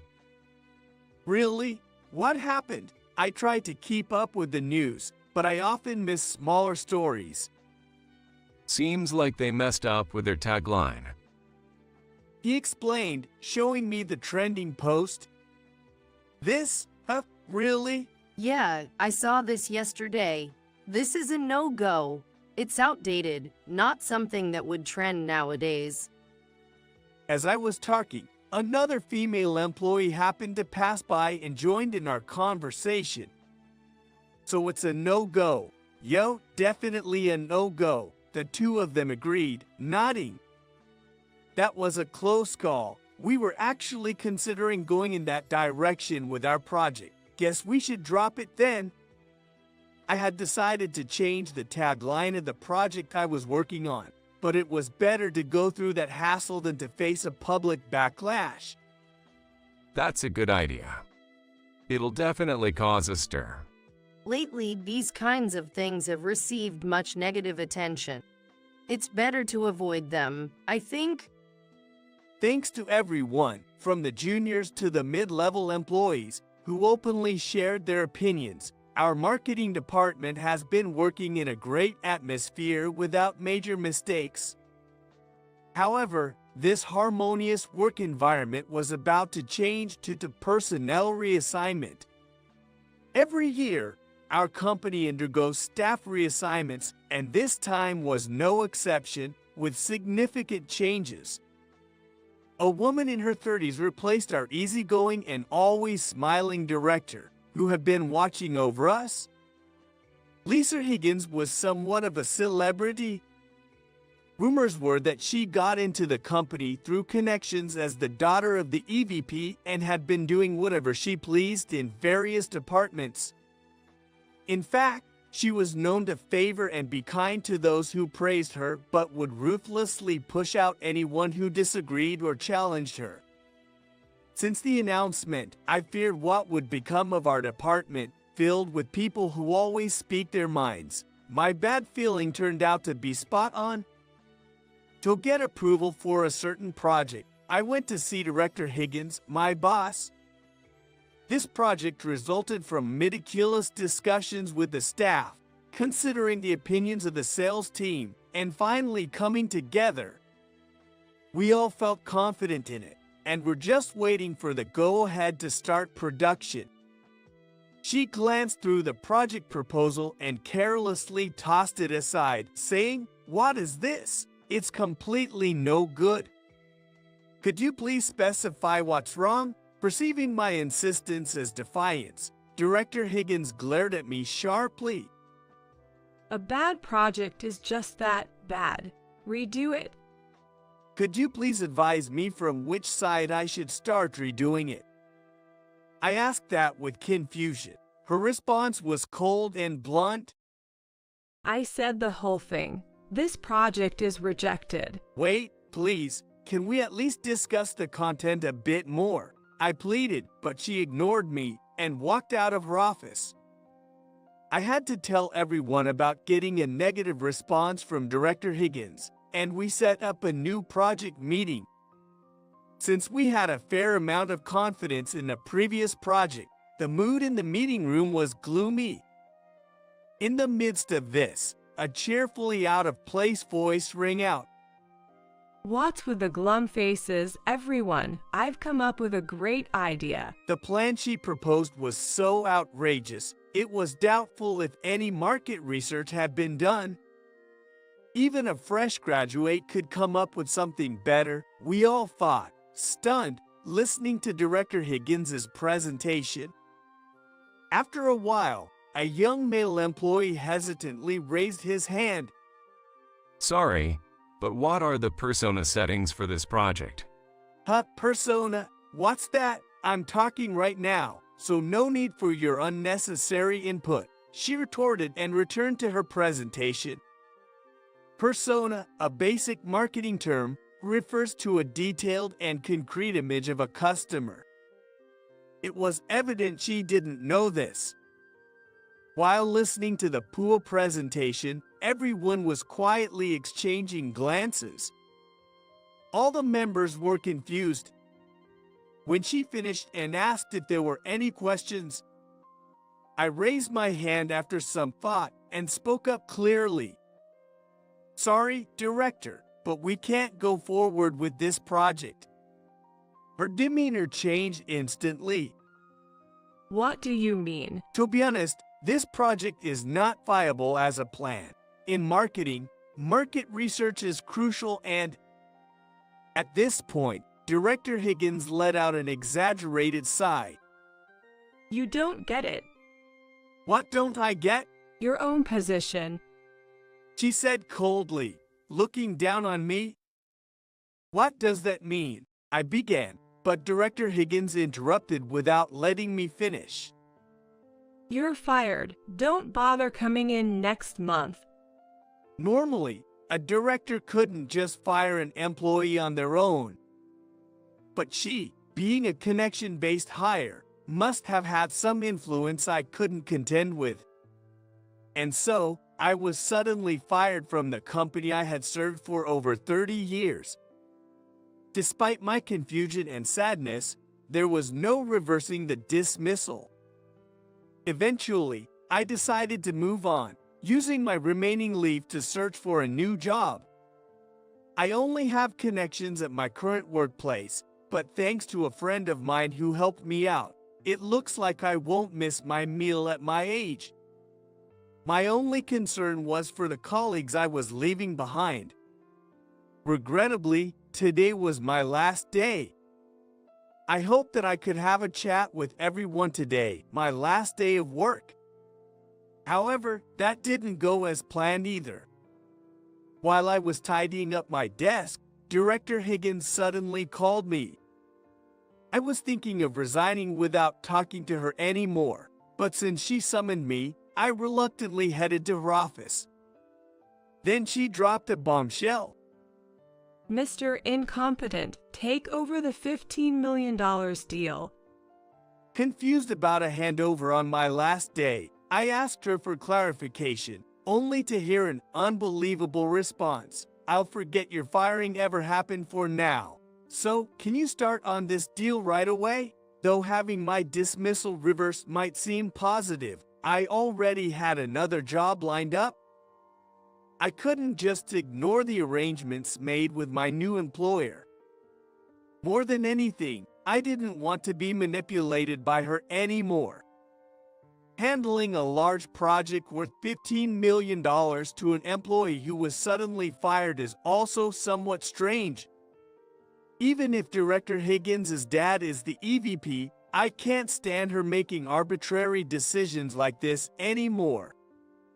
I reached a decision and asked her, "Can I see the documents?" Mistaking my intent, she smugly handed over the documents.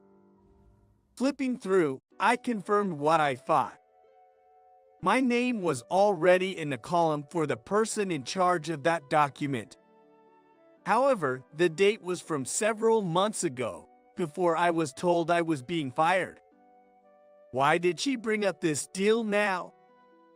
Understanding her intentions, I spoke up firmly.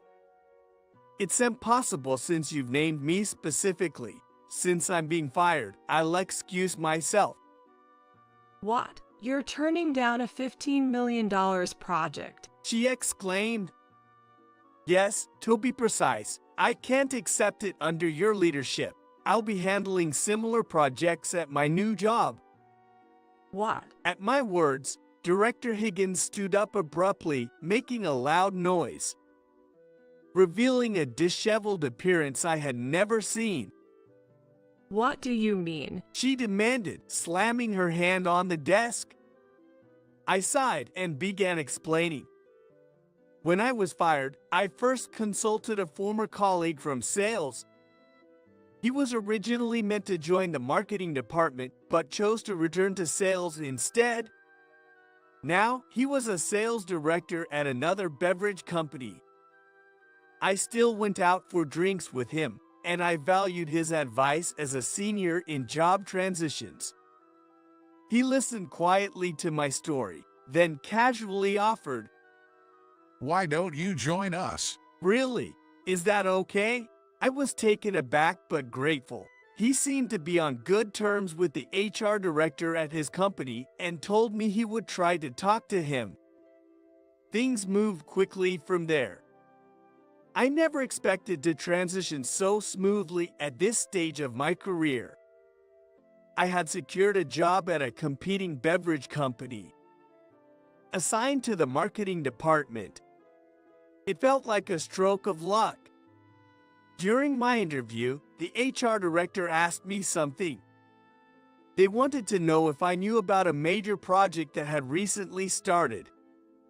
It was a much-discussed plan about forming a business alliance with a rival company. The money involved was substantial. Due to the alliance between rival companies, it was a hot topic in the industry, so I had heard about it. However, I didn't know about the specific details. When I said so, the HR director looked puzzled. According to their records, I was involved in the project. Surprised, I instinctively said that couldn't be, but then it made sense. This project had indeed been officially brought to our company's attention. The project was initially addressed to me, but Director Higgins had covertly tried to take over, later deciding to let go when it became too much. Her attempt at usurping was bad enough, but not seeing it through was worse. Her attitude towards work infuriated me. She had likely climbed to her position through power and claiming others' achievements. Realizing how poorly she had handled the situation, I let out another deep sigh. Director Higgins, who had been listening to me, started trembling and then shouted, "That's unacceptable. You must take this project." "But even if you say that," frustrated that I had no intention of taking over, the director turned back to the staff and said, "Are you running away? If you leave, the remaining members will handle it. You are such a bastard for leaving your colleagues." Well, feeling like my colleagues who had helped me so much were being held hostage, I was lost for words. But then something happened. Everyone's attention was captured by a figure entering the office. He was a man dressed in a finely tailored suit, exuding a dignified aura. "That's enough, Lisa." It was EVP Higgins. "Dad." Director Higgins, taken aback, stepped back. She hadn't expected her dad to intervene. "Mr. Higgins." I was equally surprised. EVP Higgins, a man I rarely see around the office.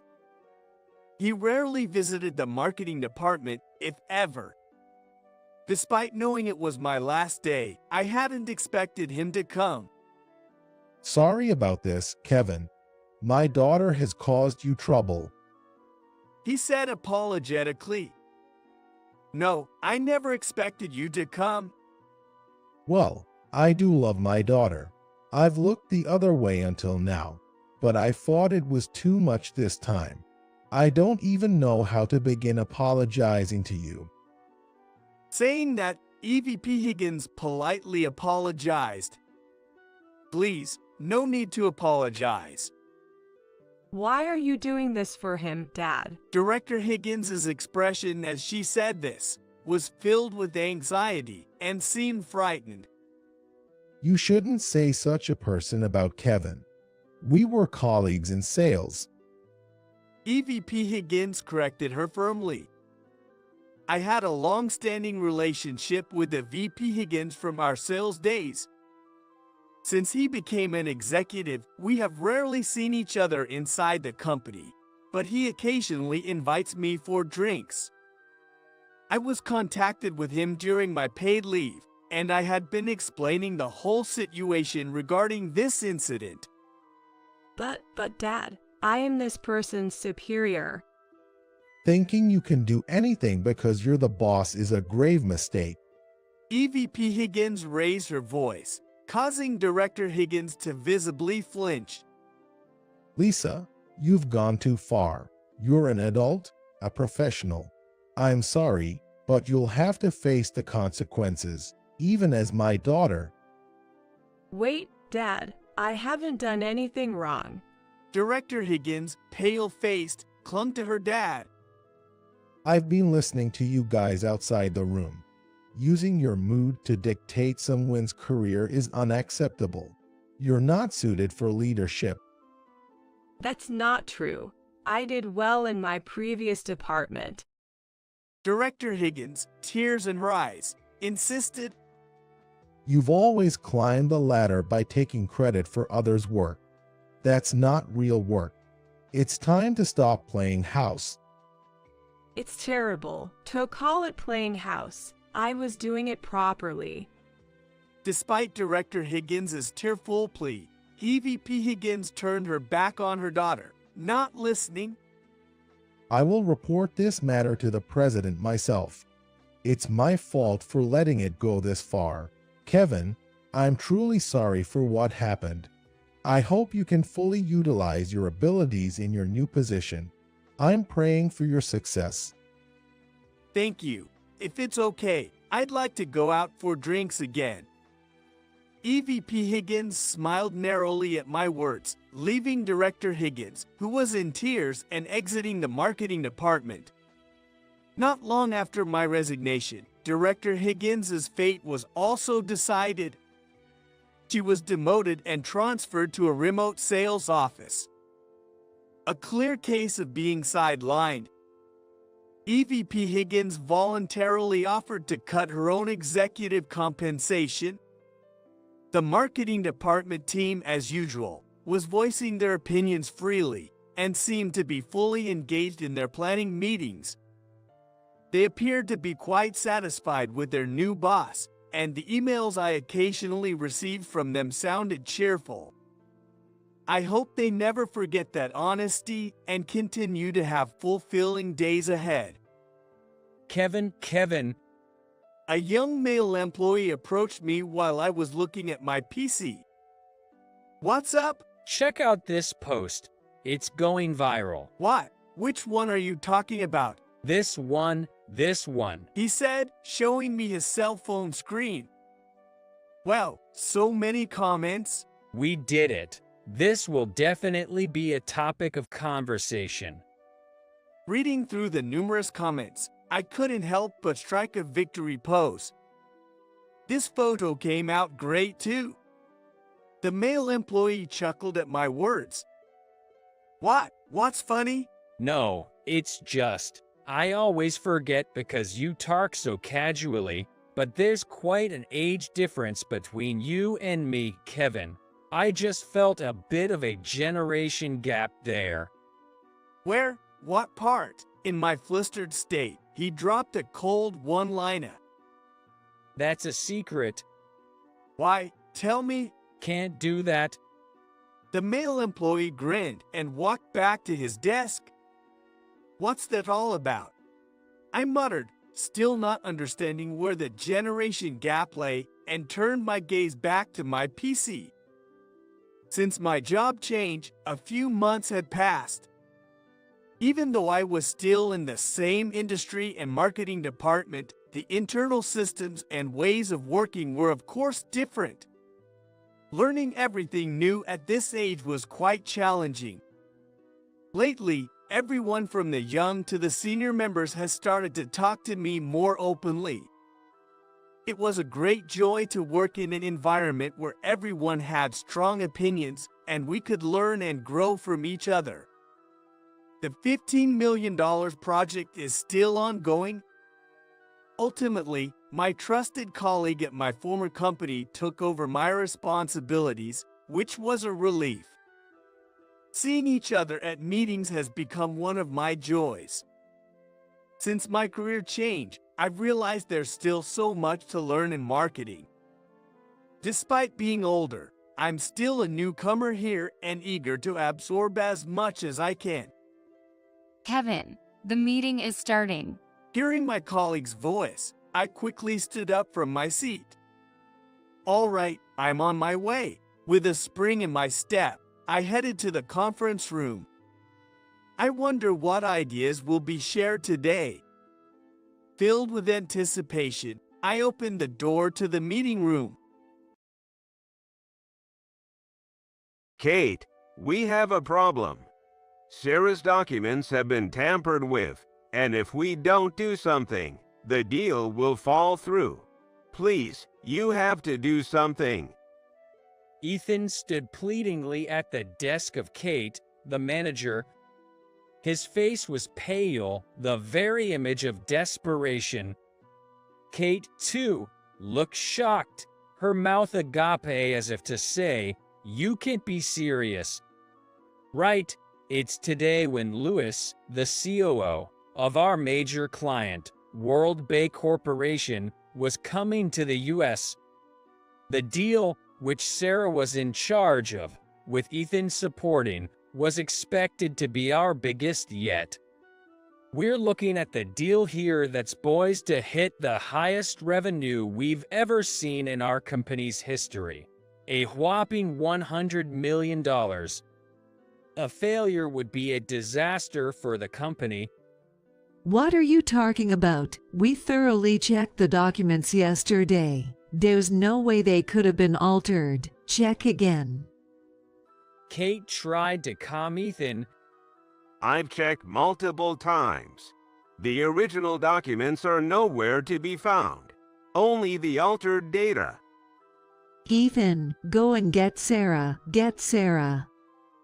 Sarah's currently explaining the situation to Louis, the COO of World Bay Corporation, and can't leave. No choice then. Making me deal with this. You guys won't be forgiven later.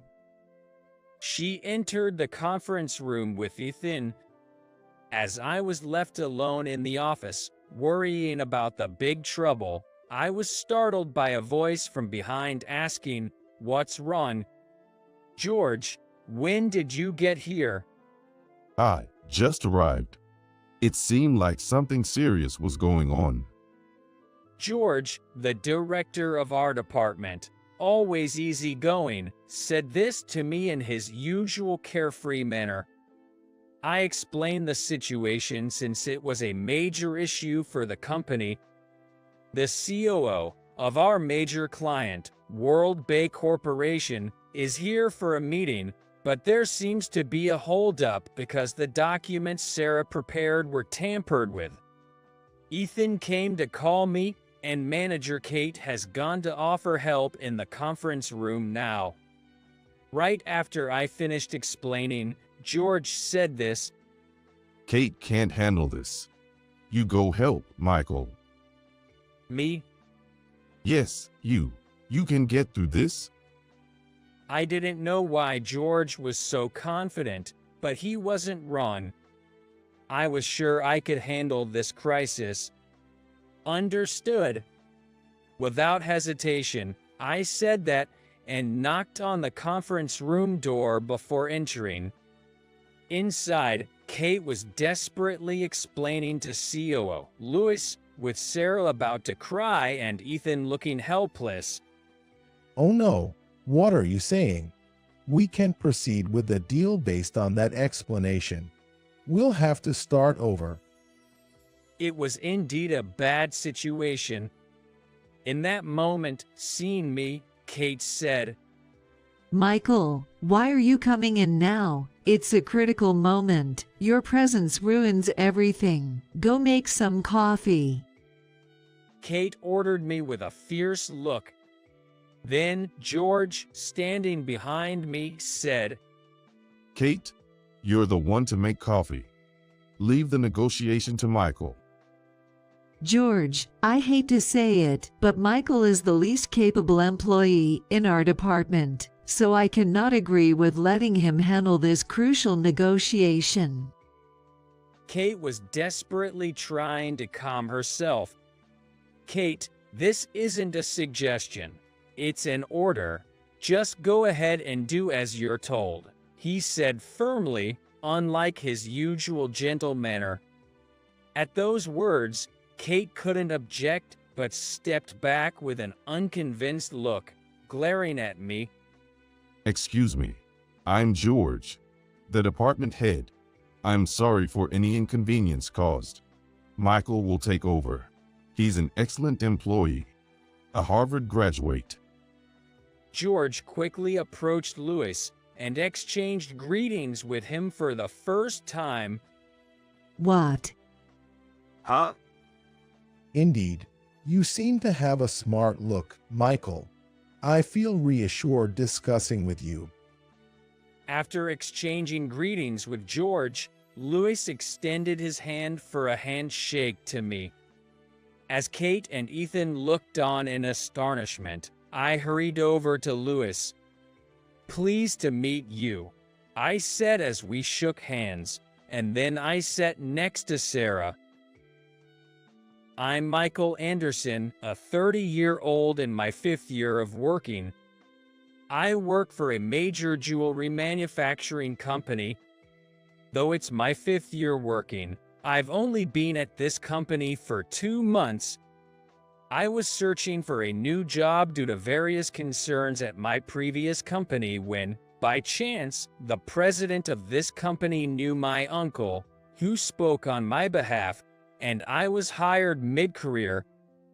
Just as I joined, an initiative to boost overseas business was launched, and several members from what had been a domestic sales team, including me, were reassigned to this new project. My manager is Kate Smith, a woman about 10 years my senior, and then there's Sarah Brown, 1 year senior than me. You joined the company straight out of college. There's also Ethan Martinez, who has less experience in the workforce than I do, but with more time at this company since he joined as a new graduate. Working with this team can be troublesome, as 2 of them seem particularly skilled at looking down on me. Those 2 are Kate and Ethan. Sarah, on the other hand, is kind and considerate, popular across departments, and I was charmed by her from my first day. And she's beautiful. I can't imagine Sarah ever looking down on anyone, not in my past or future life. On the contrary, when it comes to the other 2, they lack so much charm as individuals that they could really stand to take a leaf out of Sarah's book when it comes to decency. First, Kate. She's a genius at issuing commands and exuding an aura of intimidation. Even before I arrived, I heard she was disliked by everyone in the sales department. It was on my first day. Despite my polite greeting, she blatantly ignored me. Wondering if she was hard of hearing, I tried again louder and closer, but she ignored me once more, even though our eyes met. Seeing my confusion, Ethan commented, Don't worry. Kate is like that with everyone. That's why she's disliked. So I thought, such people do exist, and decided not to let it bother me. However, I was surprised to find that Ethan, who offered me that advice, also had a problematic personality. Oh my, so the new guy is here. I was curious, but turns out he's useless. The last thing we need in our busy department is someone who can't pull their weight. After hearing about Michael's education from Kate, she didn't know. He must be a high school grad at best. I'll use polite language since he's technically senior, but I've been here longer, so I'll make him work hard. I overheard Ethan saying this to a colleague in the break room shortly after joining. Well, it's fine. I have my sole source of comfort, the goddess Sarah. Her smile motivates me to do my best. Ethan, you forgot to clean the coffee maker again. The next morning, Kate's shrill voice filled the office. Sorry, but the coffee duty has been handed over to Michael since yesterday, so it's not my fault. Ethan hastily defended himself, feeling sorry for him getting scolded first thing in the morning by a boss with such mood swings. I was setting up my computer and reading the company manual. Wait, did you just say my name? I looked up at Ethan. Michael, you take over a job and then just talk. So incompetent right from the start. I wonder why the president even hired you mid-career. Kate raised her voice in anger. It seemed the direction of her anger had shifted to me. But I don't recall Ethan asking me to take over coffee duties, nor did I offer to. A complete misunderstanding. As I was about to argue back, Ethan said, Kate, I'm going to go to the break room and show Michael how to make coffee. He forcefully led me to the break room, signaling me to follow. Why are you lying? I wasn't asked to be in charge of coffee. Come on, it's all about helping each other out when we're in a bind. I figured Ethan must have been the low man on the totem pole, bossed around by Kate before I arrived, so I felt a bit sorry for him. All right, I guess making coffee every morning isn't such a big deal. Thanks, he said bluntly, leaving me alone in the break room and quickly returning to his desk. Well, whatever. I didn't need to ask how to use the coffee maker, and I found the coffee grounds easily enough by rummaging through the cupboard, so it was no problem. It seems like Kate was waiting for her coffee, so I would go ahead and make everyone's. But when I handed it to her, she just took it without saying thanks and stayed silent, still being her usual standoffish self. I briefly thought it would be amusing if she was guarded, but even if she were, I knew I could never have any feelings for Kate. In contrast, Sarah's graceful behavior and consideration were so perfect that just seeing her made all the unpleasant things vanish. Thank you. If you're ever busy or having a hard time, please let me take over anytime. I almost blurted out, "Are you an angel?" "No, a goddess," but I held back. Her speaking politely even to a person with less tenure like me was adorable. I even found myself fantasizing, stupidly smiling at the thought that I wouldn't mind if Sarah were mean to me, but it turns out I wasn't the only one who adored her. And that person was very close by. A month after I joined, our biggest client opportunity since the launch of the Overseas Business Promotion Department came in.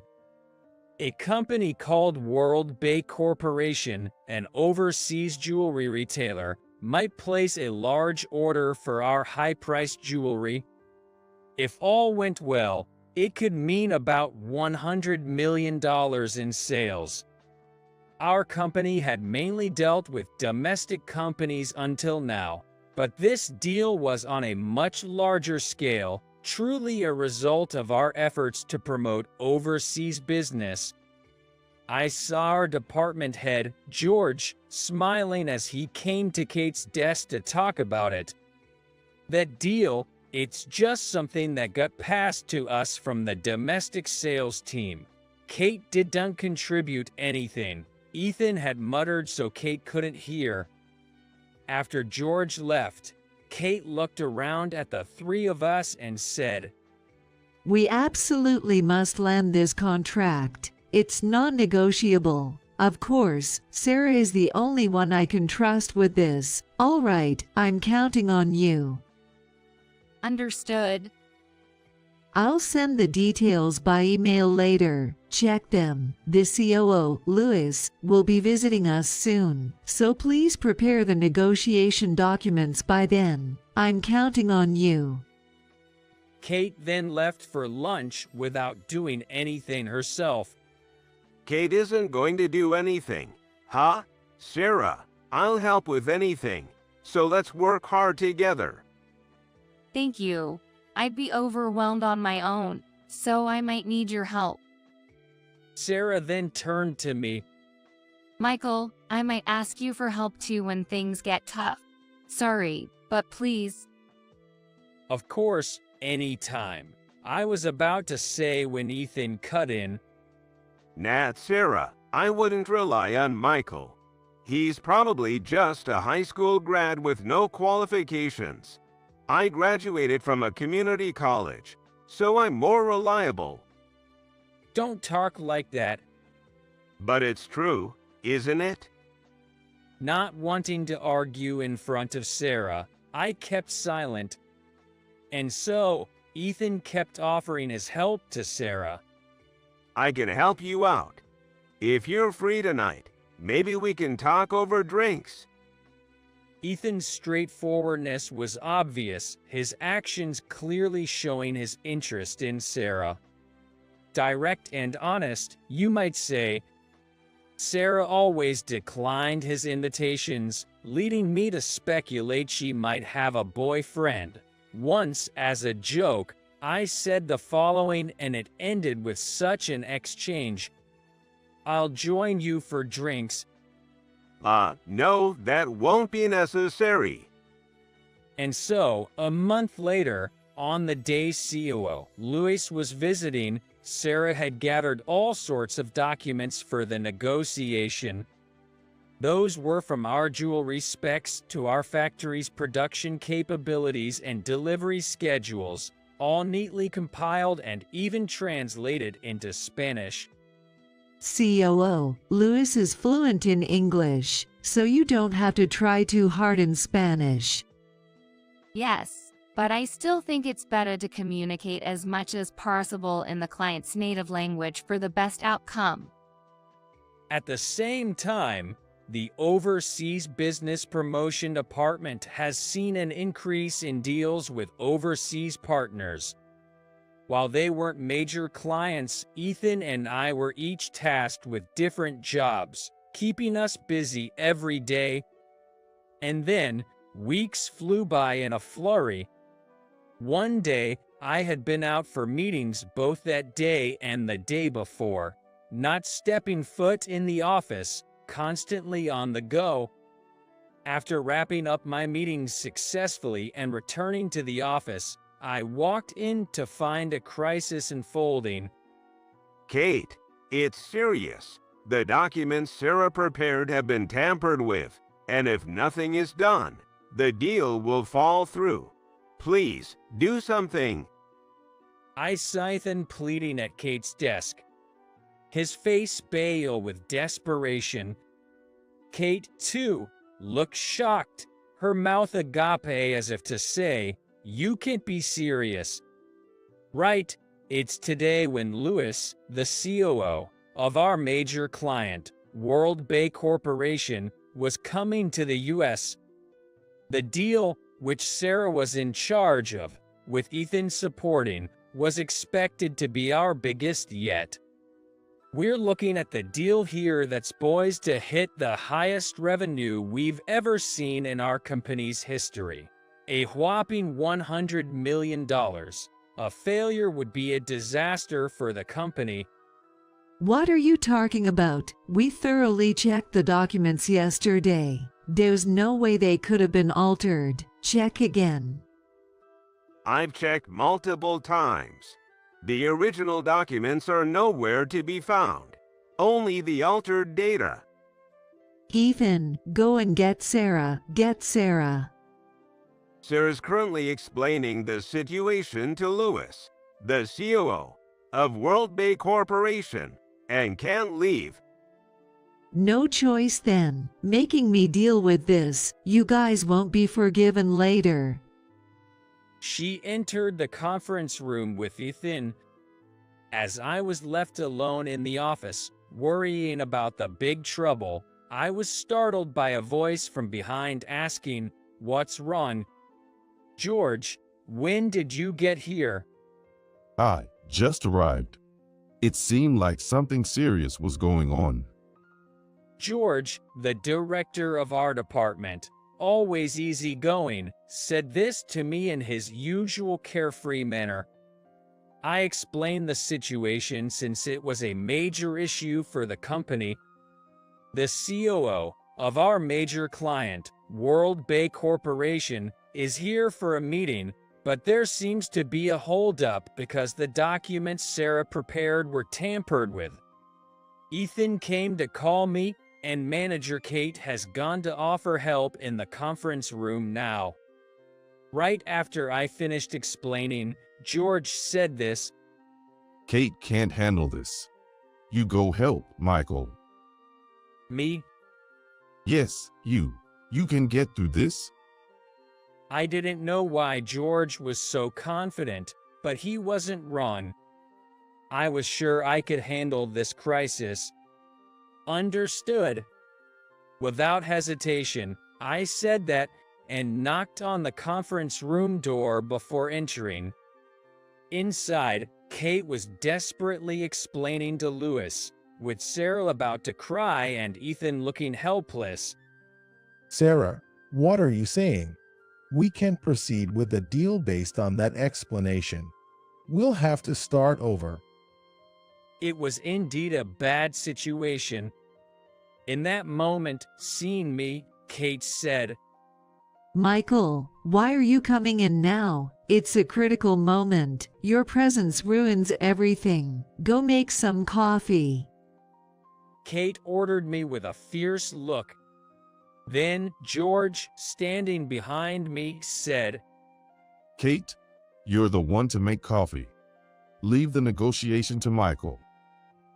George, I hate to say it, but Michael is the least capable employee in our department, so I cannot agree with letting him handle this crucial negotiation. Kate was desperately trying to calm herself. Kate, this isn't a suggestion. It's an order. Just go ahead and do as you're told, he said firmly, unlike his usual gentle manner. At those words, Kate couldn't object, but stepped back with an unconvinced look, glaring at me. Excuse me. I'm George, the department head. I'm sorry for any inconvenience caused. Michael will take over. He's an excellent employee, a Harvard graduate. George quickly approached Lewis and exchanged greetings with him for the first time. What? Huh? Indeed, you seem to have a smart look, Michael. I feel reassured discussing with you. After exchanging greetings with George, Lewis extended his hand for a handshake to me. As Kate and Ethan looked on in astonishment, I hurried over to Lewis. Pleased to meet you, I said as we shook hands, and then I sat next to Sarah. Ethan looked at my face with expression that seemed to say, "What on earth?" George, unusually serious, whispered in my ear with a smile. Michael, I know you understand, but this is a crucial negotiation for our company. Now is the time to rely on your skills? Understood. After saying that, I took a deep breath and began speaking to Lewis in fluent Spanish. Kate and Ethan watched me with their eyes wide and mouths agape. I apologized to Luis in Spanish for the somehow mix-up with the documents. Luis seemed to cheer up, being able to proceed in his native language. Then, I quietly said to Sarah, "Please check if there's any trace left of the tampered document data. I'll keep the conversation going." Ethan has been looking, but there's nothing. Plus, we can access the shared folder where the deleted data should be. From this company laptop, you can access folders restricted to executives. Try searching from here. I handed her my laptop. Surprised but understanding the urgency, she followed my instructions. After a while, Michael, I found it. My document is in the executive folder. Great. Let's print it out quickly and hand it over to Luis. Okay. Sarah headed to the copier. It seems the problem will be solved. Michael, you are an excellent employee. With you here, I feel reassured about moving forward with our business. Luis commented after watching our interaction. Kate looked a bit relieved, but also had a complicated expression on her face. Soon after, Sarah returned with the correct documents.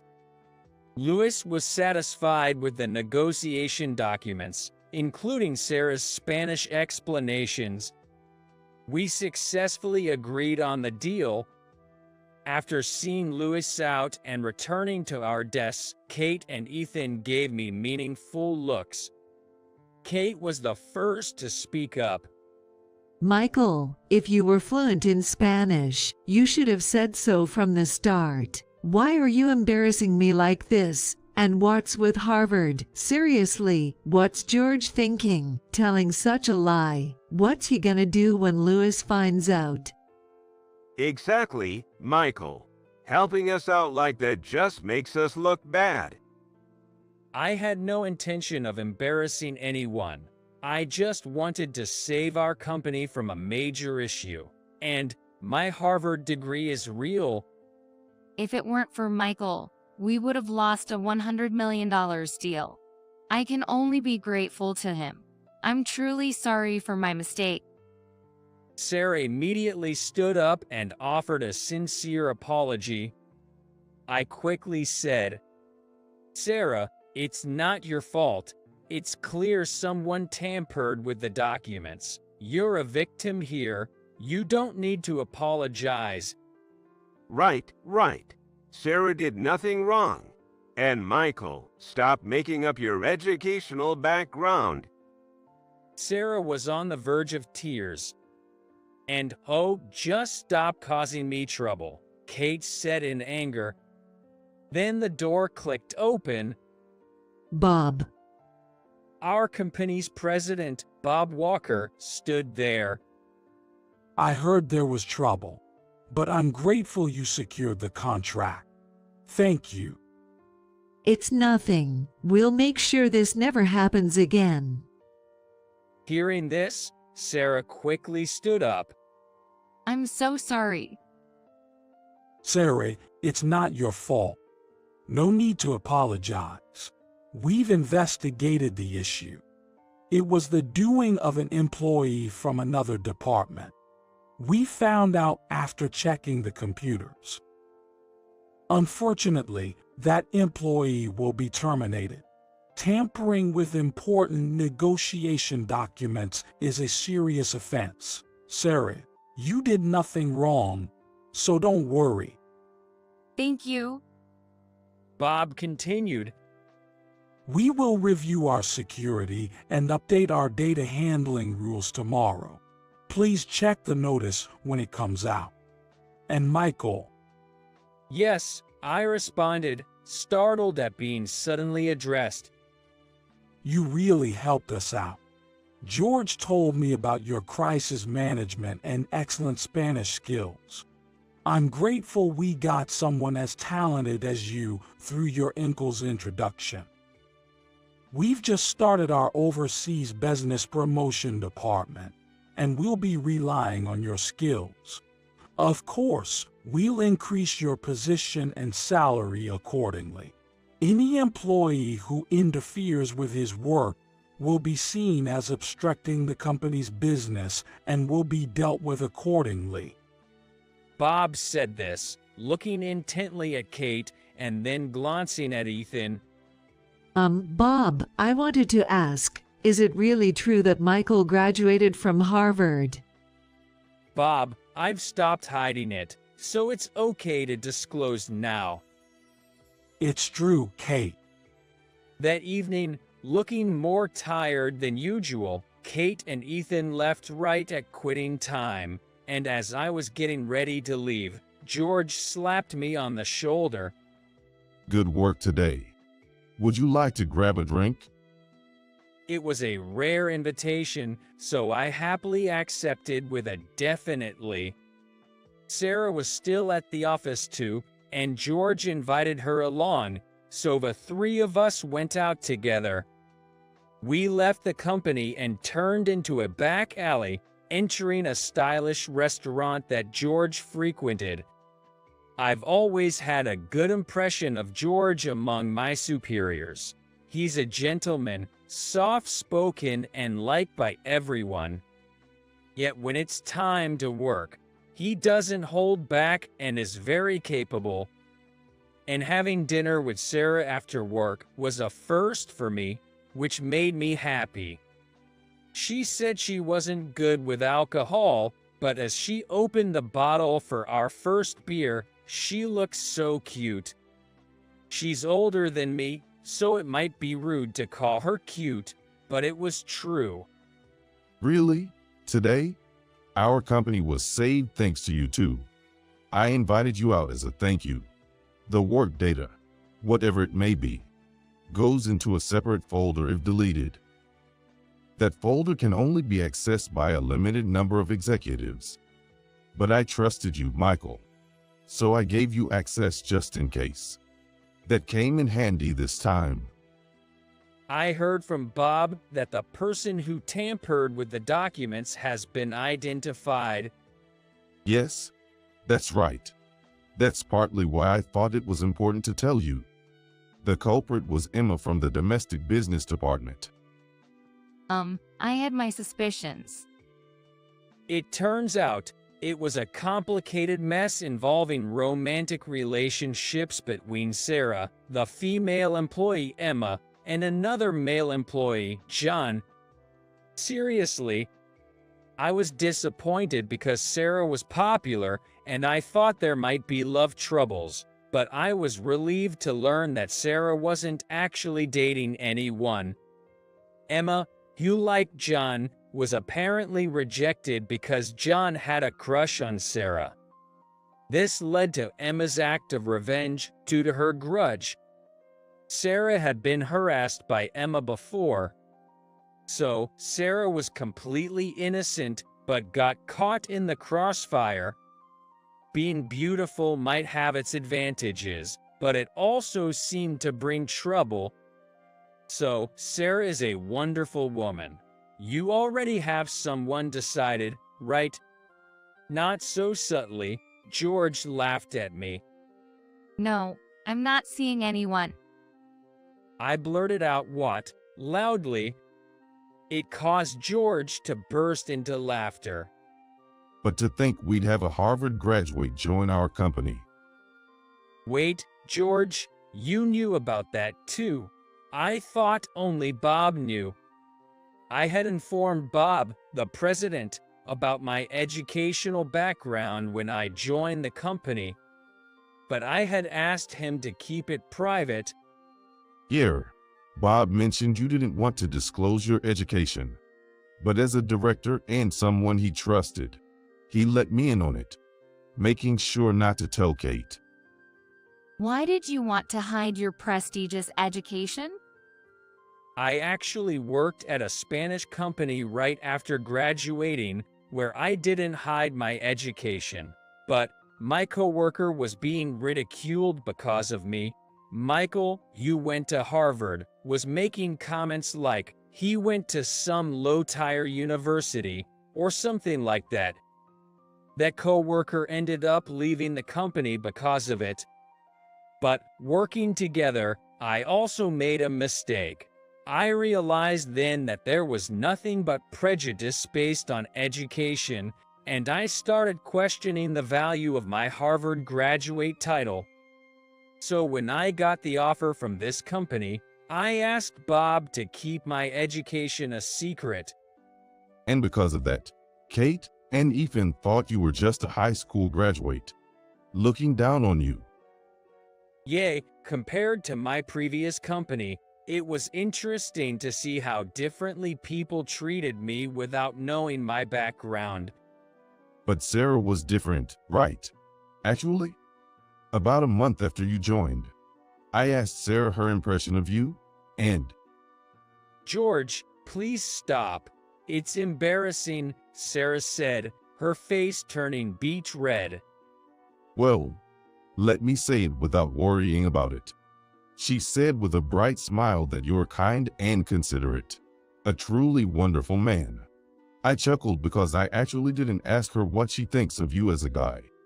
I just asked about her impression as a colleague. She blushed when I teased her about liking you. And then, I was eager to know Sarah's response to his asking, "Do you like him?" But George stopped there, leaving me hanging. Before hearing the rest of the story, I realized in a silent exchange between us guys that I should express my feelings to Sarah. 2 months later, my work was recognized, and I was promoted to the manager of the Overseas Business Promotion Department. Former manager, Kate, had been demoted to a regular employee handling product management, likely due to her history of neglecting her duties and having a bad reputation among the staff for always leaving work early. Ethan, since my promotion, stopped his cocky behavior towards me. He's working under me in the same department, but he's not exactly friendly either. I suppose that is understandable. After all, not only did I become a manager suddenly, which he probably didn't like, but there was another thing that definitely made things worse for him. What should we have for dinner tonight? Sarah asked, gripping my arm tightly and leaning in close as we walked to the train station. Sarah, maybe we shouldn't hold arms here. We might run into someone from work. It's fine. We're not doing anything wrong. Everyone at work already knows we're dating. But what about the men at work who liked you? What if they do something to me? If anyone tries to harm you, I'll protect you with all my might. Sarah said, making a fist.